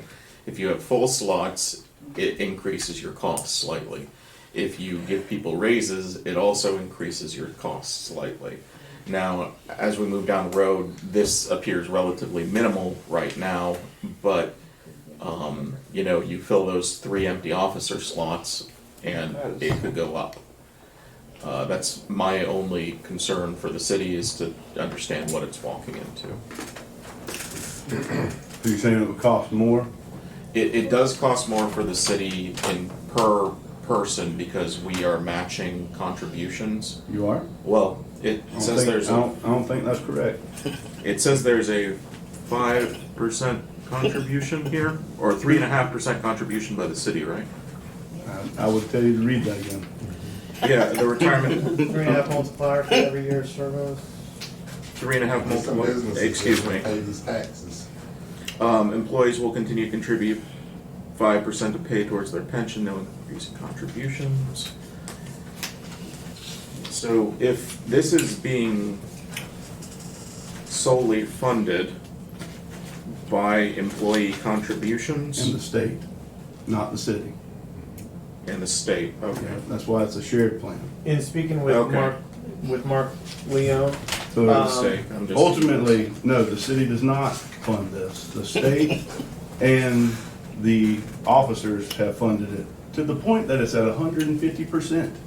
And with doing what we're asking, it goes to 125. The city has the only reason the city has to fund this is currently we haven't gotten our audit done. The audit gets done, the money that y'all are gonna have to fund will be returned. The 11,000, yes, the city will have to pay that 11,000 because there are 3 positions that aren't being filled right now, which would provide another 5% times 3. Okay, that makes more sense. Yeah. It does. Okay. in speaking with the gentleman, Mark Leon from FLP, just because of everyone that's been paying into their fund and the few that have actually started receiving it. And the very sad news is, the few that have received it, we don't have as many still receiving it. We have lost several members on the retirement board, or that have been drawing from the retirement fund over the past 5 years. You know, this line of work is when you get out, not expected to last as long as others. So just a side note, are there survivor benefits for? So there are options. There are options that you can take a lesser amount, so that way your wife, your spouse, can keep the benefit for up to 10 years or whatever. Okay. I was just curious. It's really not. There's opportunities, but again, that would make a smaller amount. But again, if y'all have any questions, feel free. I think 150% funded to 125 says a lot. And my mistake with It's okay. understanding this, I'm used to seeing these having an employer contribution. No worries. That's what I'm here for. All right. Okay. Thank you. Before we move on to reports, I would like to discuss the application for the Monticello, for the Martin Luther King Parade that was submitted by Mr. Willie Hawkins yesterday. And the parade is for the 19th of January. In order to submit this for permitting from FDOT, I need it signed and approved by both the chief and the council. And so I haven't even been able to submit this yet. So I received this yesterday. We generally, as noted on the application, we require 60 days notice so that we can make provisions and get the permit from FDOT. So assuming, well, I haven't heard from Chief how they feel about the route or the planning. With the route, it's going to be the same route that it's always been, but we've been getting extra stuff like barricades and all because y'all seen where we've had parades and cars come through and we should have a string. Well, FDLE has been giving us barricades to ensure the safety of the participants. With 13 days, it's going to be kind of hard because we have to ask for these barricades maybe 6 months to a year in advance because other agencies are now getting these barricades also. We normally check with the new plan that we've created.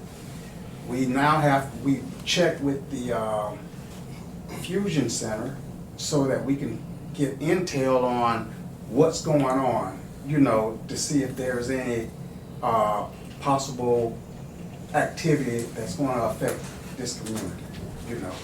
So we've also been getting help from other agencies, you know, to help us out with these parades. So, but if you vote for it, we'll go. What happens now? Yes, sir, go ahead. You might have to go back to the old ropey dope. You used to rope it off before you got those barricades. To every one of those streets, you had rope there, but I understand. We'll now have to go back to that. I understand. Because this is and the leadership, it's kind of weak. They know. Just a recommendation, since this is a new item, I would ask or recommend that the council open this up for public comment to the extent that we're going to entertain a vote on this. Okay. A question. Yes. If we voted, go ahead and do it. Could DOT still turn it down? Yes. That's going to be on them. Yeah, that's going to be the first step, is seeing if we can even get the approval in time. If it is, then I imagine the city and the police department are going to do everything we can to provide what's necessary to make it happen. It just, we didn't get a lot of time after it was brought to me. Okay, we're open for comment. Mayor Cox? Yes, ma'am. I'd like to say that this goes right in front of our office. It's always been a great event, and we never have any problems. I'm in full support. Thank you. Ditto that. Not exactly in front, but right by there. Thank you. I always enjoy the parades in town, and I think I'm pro parades, so. Okay. So I'm gonna make a motion that we approve the parade permit for MLK,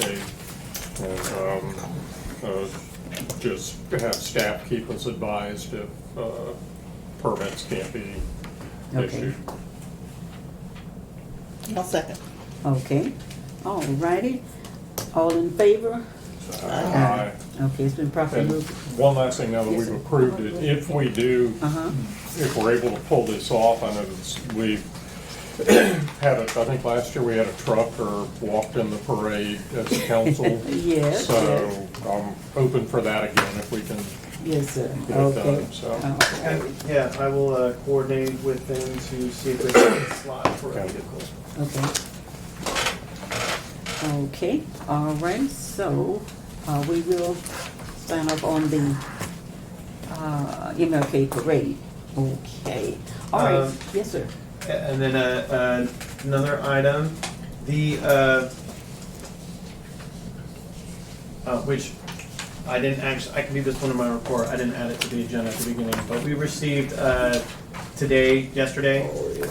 This is for the to raise money for school sports for the Tiger baseball team. Yes, So yes. they do something called I don't know. It's almost like a prank fundraising, Yes. and so the idea is that somebody puts a toilet, a clean toilet, in your front yard, and then you would pay. Now, I let her know, which this is Heather Boyd. Came in, so I said I would.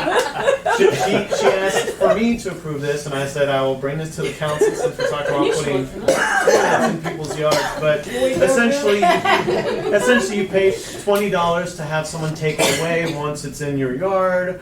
You pay $30 to have them take it to someone you know, or you pay $50 up front so that it doesn't get brought to your house.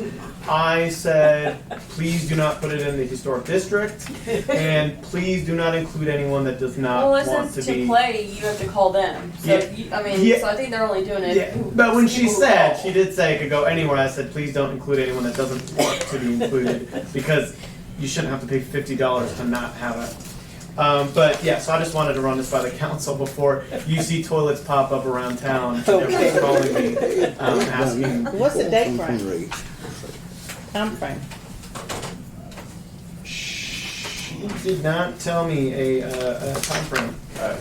Just for the council's edification here, I would consider this as more of an informational thing than anything else. I wouldn't consider this as something you need to vote to endorse. If you don't want it to happen, This is just in case you get called. Yeah. If you don't want it to happen, please tell me that. But otherwise, just. Yes, sir. I will let them do this if you don't have a problem. Or if you find a toilet in your yard, don't be surprised. Yeah, as grandparents, we'll be paying the 50. The last things I have, the last things I have before we move on is some proclamations from the mayor. Would you like me to read these? Yes, sir, please. Okay, I'm just going to go in either order. That's all right. All right, proclamation for Florida Early Learning Day, all in for early learning. Whereas a child's first 5 years of life are critical to healthy brain development, future learning, and lifelong success, and whereas high-quality early learning programs help children enter school ready to learn, build strong social and emotional skills, and support families in fostering their child's growth and development, and whereas Florida's early learning educators play a vital role in preparing children for school and life, serving as dedicated professionals who nurture curiosity, creativity, and confidence. And whereas access to affordable, high-quality early learning strengthens communities, supports working families, and contributes to Florida's economic prosperity. And whereas the statewide awareness campaign, All In for Early Learning, unites families, educators, businesses, and community leaders in championing early learning as a foundation for success. And whereas recognizing and celebrating early learning raises awareness of its importance and reaffirms our commitment ensuring every child in Florida has the opportunity to thrive. Now, therefore, I, Gloria A. Cox, Mayor, do proclaim January 26, 2026 as All In for Early Learning Day in Monticello, Florida, and I call upon all citizens, businesses, organizations, and institutions to join in celebrating our youngest learners, their families, and the educators who inspire them. In witness whereof, I have hereunto set my hand and caused the seal of City of Monticello, Florida to be affixed the 6th day of January 2026. Gloria A. Cox, Mayor. Okay, now, that's the Early Learning Center on, Palmetto? Yeah.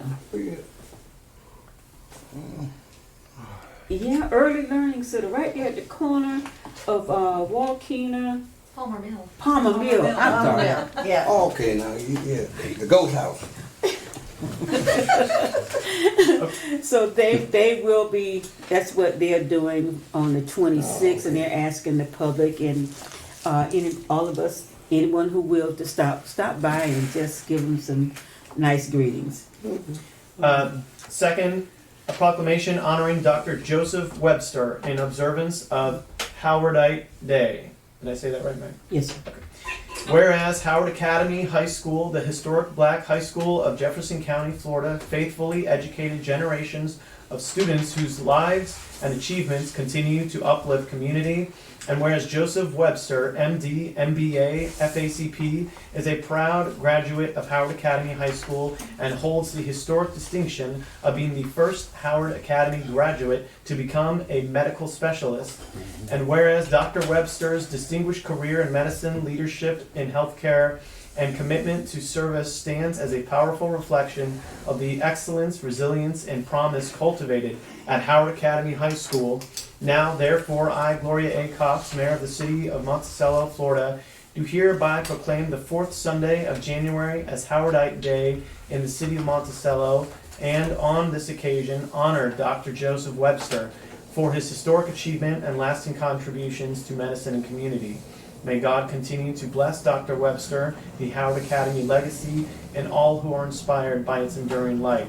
In witness whereof, I hereunto set my hand and cause the seal of City of Monticello to be affixed this 6th day of January 2026. Gloria A. Cox, Mayor, City of Monticello. What is Howard Night? Is that gonna be in St. Phillip Church? Yes. Okay, let people know it's not in Monticello. It's a church that they do this every year. St. Phillip, for 27. Yeah. It's St. Phillip African Methodist Episcopal Church. Do we want to vote on these individually before they're all Oh, done? wait, no. No? Oh, I'm sorry. Well, that's all of them at one time, 'cause we. Okay.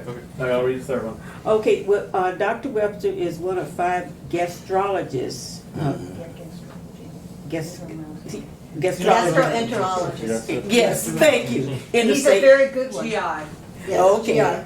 All right, that's in Florida, and he's in Orlando now. Yeah. He's a good man. Yes. Make sure that get done. Okay, third, proclamation for St. Philip AME Church, the Reverend J.W. Tisdale, pastor. Whereas the City of Monticello desires to formally recognize and honor Howardite Day in the City of Monticello, and whereas Howard Academy High School, the only black high school in Jefferson County, faithfully served the county for many years prior to its closing in 1970, and whereas Howard Academy High School played a vital role in educating, nurturing, and strengthening the character of its students, instilling discipline, pride, and a standard of excellence that prepared them for success in all walks of life. And whereas the legacy of Howard Academy High School is reflected in the enduring contributions of its students, faculty, and teachers, whose commitment and perseverance helped shape the social, educational, and cultural fabric of the City of Monticello and Jefferson County. Now, therefore, I, Gloria A. Cox, Mayor of the City of Monticello, do hereby proclaim the 4th Sunday of the month of January as Howardite Day in the City of Monticello, and encourage all citizens to recognize, remember, and honor the proud heritage and lasting impact of Howard Academy High School. In witness whereof, I have hereunto set my hand and caused the seal of the City of Monticello to be affixed this 6th day of January 2026. Gloria A. Cox, Mayor. Okay, so you've heard the reading of these 3 proclamations. Council, we vote on all 3 of them at one time? No. They're kind of supposed to be individual. Oh, okay. Individual then. So for first, the proclamation for Early Learning Day, all in for early learning. Okay. Do you have a motion? So moved. Second. All in favor? Aye. Properly moved in second. Second one? Okay, give me just 1 second to make sure I get this right. Okay. And I'm sorry, that motion was, And John. and John second. All right. Proclamation honoring Dr. Joseph Webster in observance of Howardite Day. Okay, do you have a motion? I move. Second. All in favor? Aye. It's been properly moved in second that we accept that proclamation.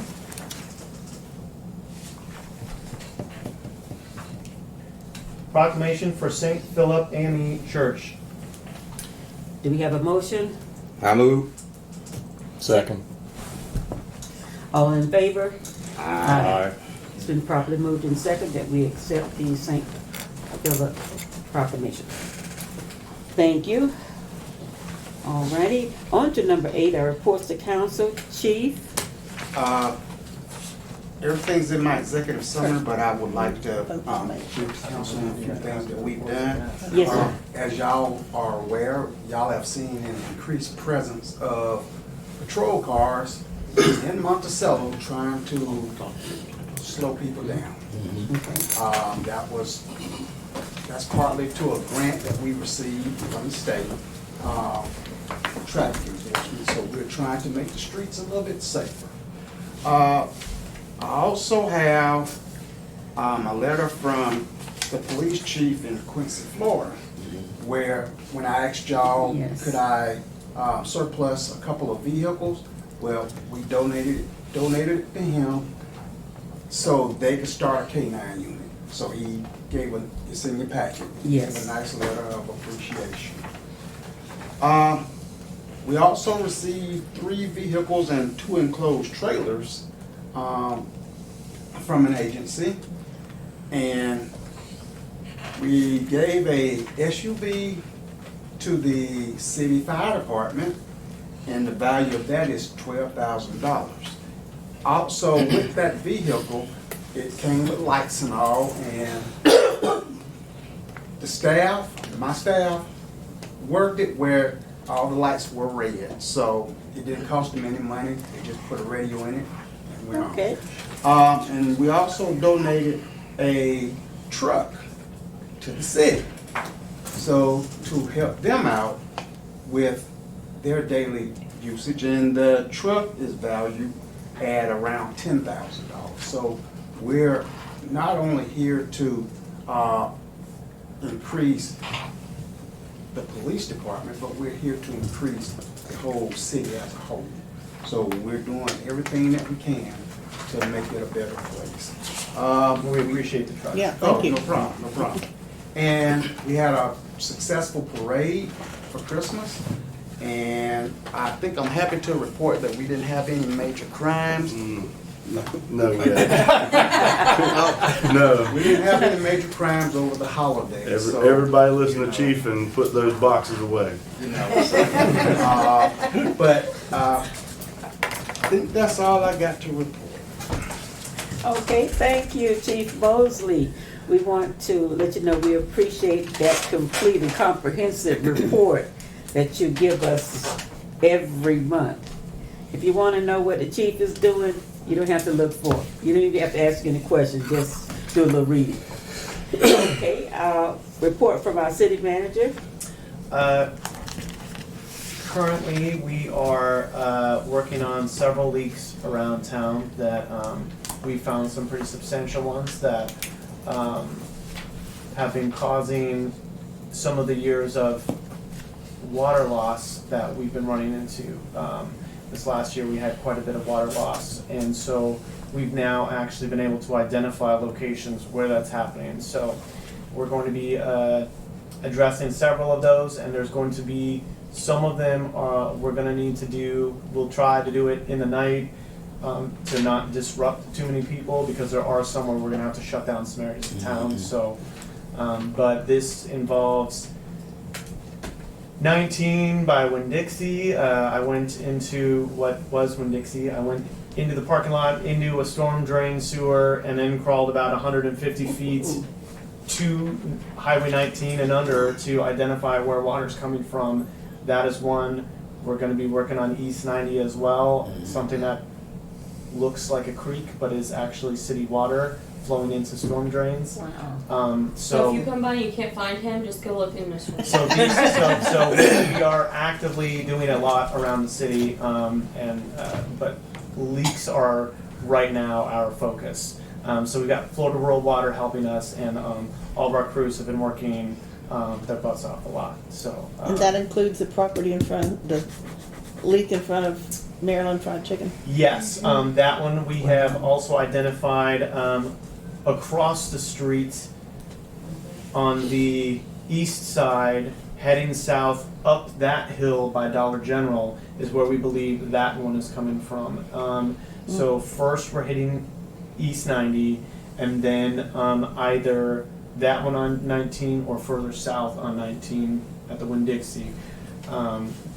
Florida Rural Water is helping us identify where these are coming from to avoid just ripping up lots of the street. So that is not DOT's problem then? So it's kind of a joint.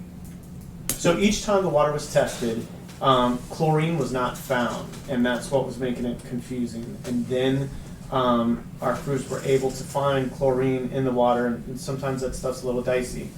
And then there's issues with, well, how long did it take the chlorine to show up? So we believe we found that spot now. DOT is going to be resurfacing South 19 in the coming next couple of years, and so they have plans for that steel plate, but they're not necessarily they're not addressing that now because they're planning resurfacing of South 19. But we will be going after that water leak soon after we address East 90. Does this also take care of the stormwater drainage issues that we've had? So that one could, it could show us more on that side. So the way these work is we have to kind of follow stuff until we find a source. We just find you under the street. There's a number of things that I'm hoping it'll, yeah. So if you hear me, it's not Pennywise, it's me. So we'll be trying to find those. But, we're glad that you're young and energetic to do this. So just know that the city crews are not slacking. They have a lot to handle right now. And that is all I have for my report. After our city clerk is done with her report, let's make sure we vote on the mayor. Okay. So I got a question. Yes. So between you and the mayor, what have we did with the new city clerk reply? So I was just speaking to the mayor earlier. I have narrowed down my list, so I have a handful of candidates for us to now interview. And I was just speaking to the mayor about how we want to do this, if I will conduct an interview and then we'll do another one, or if we're going to do them together. But we could have another mayor at the end of the night. So myself and whoever the mayor is are now ready to bring in the small list of candidates for face-to-face interviews. And then we will the mayor will bring a recommendation to the council. So I narrowed down from 68 candidates to a handful that seem to be as close to what we would like as possible. So I don't agree with the process, but between you and the current mayor, can we call a special meeting this month to get a city clerk in? I'm saying we need to get started on the budget. We haven't did any forecasting of what's going to go on in Tallahassee. Yet we don't want no business here. Yes, sir. And the property tax is done, where are we gonna be? So I guess that will come to the next mayor, but we need to set a special meeting that we need to get a city clerk in. Will it be a public interview? Or just you and the mayor? This was something that was delegated down to a single decision maker for the interviews. so that we can avoid the situation we ran into last time. So I'm going to be scheduling interviews this week, and then myself and the mayor will conduct those interviews. And so we would be ready before the end of the month. We would be ready should be ready by the end of next week to have a meeting with the council to choose someone. I'm just saying, when you put that on the agenda, there's a lot of stuff that we need to move forward with as in planning. Because as of today, it's January. Yes. We really need to be talking about the budget for next year now. And we also need to even discuss that process, because it kind of got out of hand to where we got new council people who want to be on the budget committee. When now if you have more than one council person, now you got to advertise it because you don't have, the public have to be involved. Where in the previous process, it was the city manager, the clerk, and the police chief, which was a department head. The councils don't necessarily need to be on the budget and the budget meeting waiting on the council, whether they're here or not. And then you have to get two council people together to schedule the meeting. That makes sense. I mean, we definitely need to decide how we're gonna survive, regardless of whatever option that is decided in Tallahassee. Whether they wipe out property taxes or whether they reduce it. Any hit is gonna be a big hit on our budget. And so it seems like that part is lacking, and we keep kicking it, and before we know it, it's gonna be September and October, and we're gonna have to have some. Yeah, I would like to be able to go over the budget without having to schedule meetings that are public. And so if we could do with just the department heads, that's about That's bottom, that's the way we used to do it. That's how you do it. would we like to set a day now to have a special meeting to hire the clerk? Do we need to wait until you've got interviews scheduled? I mean, is there, from a logistics point of view, or you? By the end of next week, that should be enough time for me and the mayor to conduct our interviews. So Okay. I would rather just go ahead and plan on us being ready by the end of next week. Okay. So, January 22nd. Or the 29th. I thought we set it up for the 29th anyway. Was as a catch-up. I will not be here the 29th. I don't know if that really matters or not. 22nd 's For me to good. be here. I'll be taking a few days off at the end of the month. So. And we can You have taking days off? I'm kind of getting getting married. hitched. Yeah. Oh.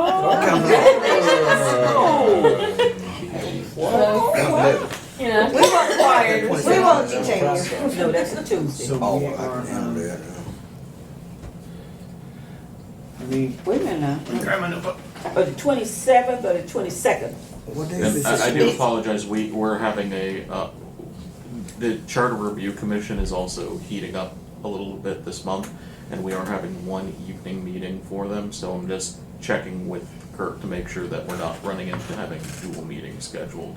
So I think those are either Tuesday or Thursday. They're normally on Thursday mornings, but we have one open one that's coming up soon that's going to be, Dang, I we're trying to have make as down. accessible as possible to inform them Okay. of the proposed change, inform the public of the proposed changes. Okay, now, how are we going to approach this coming up for the next election? We got 2 years left for the clerk's term. So ultimately, that's going to be something that's coming in front of the city council with the proposed amendments to the charter, Okay. and there can be some changes during that time. But how it's currently been discussed is that essentially it will be finishing out the current term Yes. for the clerk, and after that, it would change to a appointment position. If the charter's approved. If- If But all charter of that, amendments all are of that approved. is featured. Yeah, all Yeah, of yeah, them. Today, we need a clerk for next budget preparation. We need a date. When you explain to them about the position, you would say that there's a possibility that it might become an Yeah, appointment. But today, Kurt and I have had discussions about that already. And that is, and I put that, in the description on the website, there is a note that they are essentially signing up for this amount of time to finish the current term. And Yeah, beyond because that, regardless, they can't, they would have to run for reelection at the end of that term, or if it changes to an appointment, I guess. Be a candidate for appointment. Yeah. Okay. That's just how it is. At the end of that term, either way. We hate changing that charter now. We hate changing that charter now. I'm telling you, 2022. All night. No, Okay, we city don't change it. manager, I got a I request. wanted to check on the meeting dates for the charter. Okay, Don't vote for us. if we avoid 10:30, then Okay, as long as we avoid that evening meeting. Yeah, which I Another think day. that's the 29th. I think So do the 29th give you enough time to advertise? Decide. Yeah, we have a public forum for the charter review That's committee. at 6 p.m. that day, it's on the 6 p.m. on 29th. the 29th. Yes, that's right. Yeah, So so the 27th? Well, is there a way we could combine them? I mean, have one, no, okay, It's not a great idea. I don't know how long that charter review is gonna take. okay. So the 27th. okay, that's on a Tuesday. Okay, I'm good with that. okay, and what time are we talking about?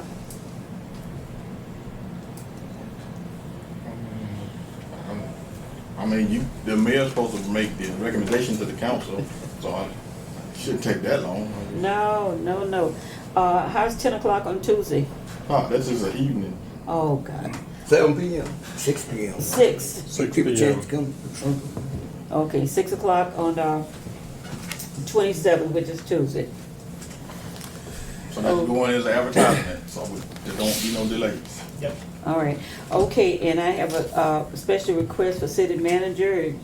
There are some branches there's some trees or leaves or something blocking the roadway, or you can't see around there on Branch and Railroad Street.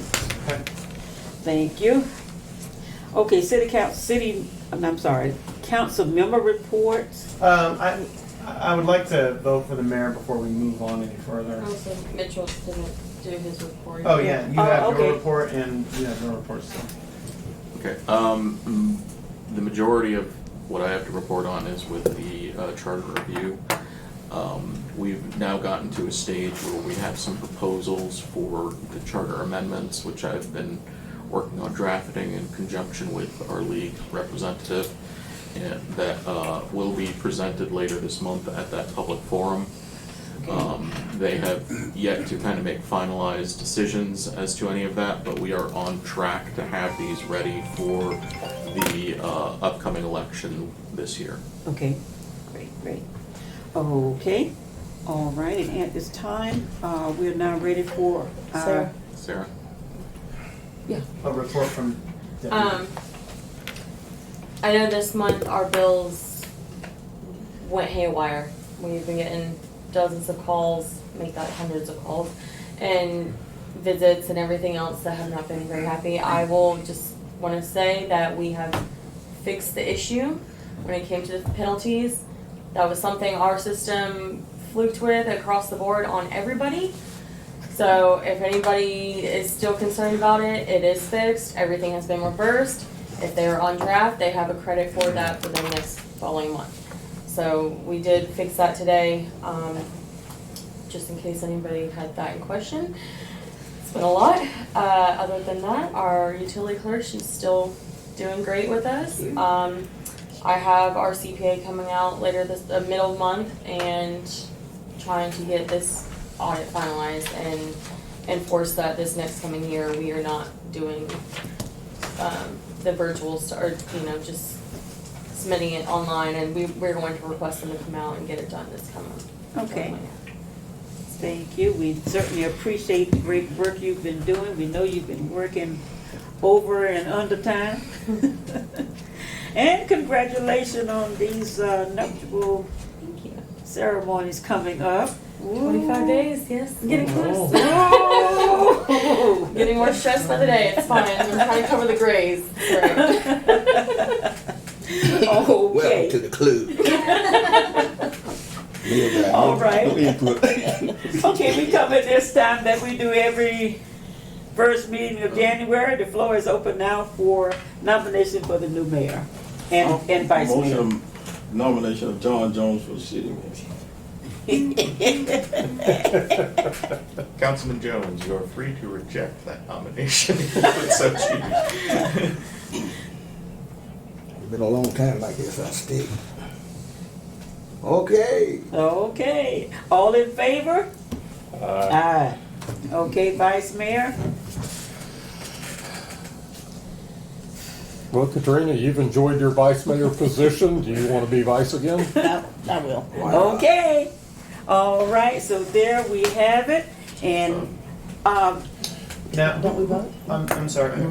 That Georgia, was you way made too a fast. motion. And who seconded for the mayor? I don't think anybody I don't think did. anybody Oh, saying oh. that. They just all said the ayes had it. okay, Mayor, Jones, Mayor, would you? Vice Mayor, I think we need to vote. Okay, okay, vice mayor, all in favor? Aye. Okay, all right, so it's been properly moved and seconded that our new mayor is none other than, John Jones, the Reverend John Jones. And the vice mayor is none other than the illustrious Katrina Richardson. Now, I need your seat. You gotta change seats. You got it. Okay. So, Mayor Jones, I usually get candy from the mayor every meeting, and so. Listen, I know where there's a whole stash of it for you just in case. You're the best. I'm glad I voted for you now. There's your pepper in. Oh, man, it's been a long. Okay, we're down to the reports. Yeah. Before we get down to item 9. I mean, he makes a pretty Gloria, but I don't think it really fits him. Okay, here we go. Item 9, council member report. Uh-huh. Brian. Yeah, I got a couple quick things. One, I'd like to just thank the Chief and Jack for their work for the Christmas event. It was wet and nasty out there, but appreciate all the work you guys did. It was noted, and the event turned out in spite of the weather, but appreciate all your efforts for that. I also will say the upgrade in the vehicles for both the city and the police department are noted and really visible, and appreciate that. I did get I'll leave these up here on the desk. I did get contacted by somebody. Apparently it's going to be a cemetery resource protection training conference at the Opera House at the end of February. So I think Kurt's aware of it, but anybody that's interested, there's a QR code for registration, and for anybody that's interested in that sort of stuff. Then the last thing I have is, Kurt, there's a tree in front of our new mural, and I wanted to at least broach a topic of pulling that tree down so that the mural's more visible. So if you could look and see if it's in our right of way, if it's on private property or whatever. Okay, That's all I have. Cox, you up? Yes, sir. Okay, thank you. I want to report that I joined the Economic Development Council, and the purpose being to see what we can do in Monticello to bring our city up to par. There's so many needs, and I would invite everybody who would like to just come and participate or talk about it to see what we can do. And this has come about, we're working jointly with the county, and we have other agencies on board. We've got the Sheriff Department, and also Duke Energy. So we had our first meeting, and whatever your ideas, and it's something that we can all be a part of. This is our city, And who else is gonna do anything for it but us? So I appreciate all your ideas and your help. Okay. Councilman. Just wanted to remind the chief and city manager that this Friday we do have another second harvest free food giveaway. So your support would be definitely appreciated. And the other thing is, again, I just want to reiterate that we as a council need to start planning, at least have some kind of plan in place, regardless of however the financial situation come out next year. And we just need to meet. I don't think once a month, we can probably need to meet more than that, at least to formulate a plan so we can be better prepared. And the only other thing is, I did complete my ethics, so I'm turning in my form to be followed. I got it from Florida. That's it. Yep. I'm gonna use, there you go, Vice Mayor. Thank you. I have been attending the Charter Review Committee meetings, and I was gonna ask our attorney to give a report, but it's pretty much already done, so. Thank you. And again, I like being last because I can ditto everything everybody else has already said without saying it again. But thank you to you, to the police and their efforts at the Christmas. That one too. Yeah, that one too. Thank you. Okay, final drive, time to go. I don't know if all our council members received any emails from Florida League Cities. Well, there's some good information now. FLC 2025 wrap top resources and programs for members, and they have new toolkits. One is a fishing manual. That's just everything that we operate. We had it all in. I read it, I think about 96 pages. Advocate codes, I think he was in that on that group once. We also have the property tax toolkit. I ain't too crazy about air resources hub and a grants program. So we're eligible through the league to get in contact and interested in any of those things and get involved with it.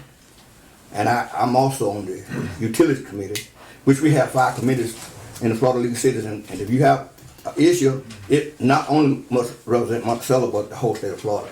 So right now, I think the legislation is in session right now. So we put up these same things. I'm putting up property tax, et cetera, et cetera. We did already and sent our 2 up to Tallahassee. Now, whether they go with it or not, we support whether they put up. So they're going to be a different thing. So that's why we have to squeeze them to let them know that we're our local government close to the people. We know our people better. Yeah, she knows about it. We know our people better than they do. And so we're trying to tell them, you can't take Miami and make Monticello fit in, because we all have different things. And we also have the comes out with the Florida Constitution, home rule. And they chop away at home rule year after year. So if we get any council members that are available in Tallahassee right now, just go and see the process. And if you want to sign up and speak reference to things that concern our property tax, it is a big issue. And a lot of cities with property tax, especially one down south in Central Florida, that's how they operate. They got that. I mean, that's the money. But I last read, I think it might be some slowness and not going to just go ahead and just drop the hammer on it and kill it and make it bad for all the cities, because that is part of the process. And all these other things with management, the legislator, you have legislators over there, don't have one out of OSA of nothing, but they have to follow the leadership. And so that's how they get go. So if I'm a new member of the legislature, I don't know nothing about it. I never been on the city council. I've never been on a committee. They've never even been on a committee when they're elected. So you got to do whatever. Anyway, that's, so if you get a chance to read that, and it's some great information in there. I went down to December as Mayor Cox. Like I said, that's what we did. You allow 2 objectives to each, and then you have to vote on that the last day of legislative conference, and then that goes to Tallahassee, support or not. And I think I've seen some of them already. So we're going to have people from, I know South Florida going to load it up. And we usually have local people come. So if any, like I said, if any members of council free and available during the legislative session, you don't have to speak. Just go and show up at Nimbus County. And when they have Florida, what should we have coming up? January. Florida League of Cities. No, the Rural Days. No, the other one. I used to go, but they start charging. It's where you get all the members together, and then you go before each Legislative Action Day. Legislative Action Day. If you can, that counts real big. When the legislators, they see representatives, a good thing is to get to the representative before the session starts. So if we got local we have come to the Allison Tanner. yeah, that's work with those and put these issues up before, and she'll fight for it. Senator Simon and the other representative, I think Posey, that's his name. I don't remember. Shove. Shove. Representative Shove. Okay, well that's Shove, Simon, and we stay in contact with them, but it's a little bit kind of too late for it now. So after this session over, stay in contact, see what we can Allison move. Tans is texting me all the time. Yeah, so. So whatever we need, they're gonna fight for it when we have to fight for it also. So that being all and said, anything good for the house before we break. I'm on the committee for the Florida 250 celebration for next year's 4th of July. Right. So just letting you know, I've actually got, just so that I can present it to the committee and see where we go, I have a hold for us with one of the companies for fireworks for $45,000, which is significantly cheaper than anything I've found and way cheaper than drones. So we'll be looking into that in the committee, seeing about sharing that with the city, the county, and the committee. But just an update on that. We should be able to get fireworks for the next Independence Day. Okay. Councilman Evans. Actually, I think you got one thing that she have to get the date, but Arbor Day is coming up. Oh yeah, good. Yes. Man, that used to be the coldest day of the year in January. You need a proclamation. Need a proclamation? You have it, or we get it in the packet. Arbor Day. When is it? The trees, the beautification. Not which Yeah. one? What day? Not the, it's just the Monticello, Florida Day. We're gonna keep pulling them You up. gonna pick the day? It usually be, yeah. Let me repeat myself, Mayor. What's Arbor Day? Trees. Tree planting. Yeah. Plant a tree. And But we keep pulling them up out around the courthouse. That's why we gotta plant a tree. No, also conservation. Wait a minute, now you can get married at 3 and be here at 8 o'clock that night. Or 7 o'clock with the scheduled time. So do we What want you gonna schedule? I know what Arbor Day is. Wait a minute now. Friday, April 24th in Nebraska. That's not it. Yeah, that's It's our the, own. I think that's the national day, is April 24th. Yeah, that's the actual. Is that how we always, I know it in January. I thought so too. Can we relocate that tree? January, I don't know what day in January, but we do What, it in the January. tree by the mural? The Yeah. third Friday That's in not a big January. Third Friday? That's not a What day is specimen. that? Yeah, the last It's not a specimen That's in tree. like 2 weeks. yeah, the last tree was planted outside. The last was. 16th, all right. Yeah, we The did, third we Friday, did those yeah. out front, didn't we? Yeah. Yeah. Okay, that's right. Okay. For the gallery here, Alexis was doing it on the 17th, she said. Yeah. Okay. regarding trees on Dogwood, right there where we have the shops. That's next Friday. On the south side, I've discussed a little bit with Simpson Nurseries about replacing those 2 pear trees that are getting in the way of Right. the brick house. Right. And then those empty spots we have with crepe myrtles, just like the north side. That'd be perfect, And we yeah. would be able to do that if the council's all right with Yeah, they usually Yeah. donate the trees. anyway. removing those Yeah. 2 and then replacing all those with some nice crepe myrtles. So next Friday? Yes, Okay. 17th? Yes. That'll be- 16th. That would I mean, be it's- 16th. Next 16th? Friday, yes. Is, what date is, what is that for? 16th of Arbor Arbor Day. Day. Tree plant. On Oh, what Thursday. location here? Great, I mean, we have, That's what- on you, that's your decision. Let me think about some locations for trees. yeah, right over there with the, water tower. We had planted trees Yeah, we there. have the orchard over there. Yeah, Oh, so we did the cemetery a few we years did that ago. too, we don't, Yeah, there or here, whichever one you want to come we up. did it here Yeah, last okay. year. Hmm? We did it here last year. Yeah, well, it'd be down on, what street is that? Madison? No, not Madison. Okay. All right. Any other? Yeah. Leave it on. No, we ain't doing that. You got it, manager, you got anything? Does anyone have anything No, else? sir. What time is the? Yeah. On January 16th, what time would we like to gather? 10 o'clock.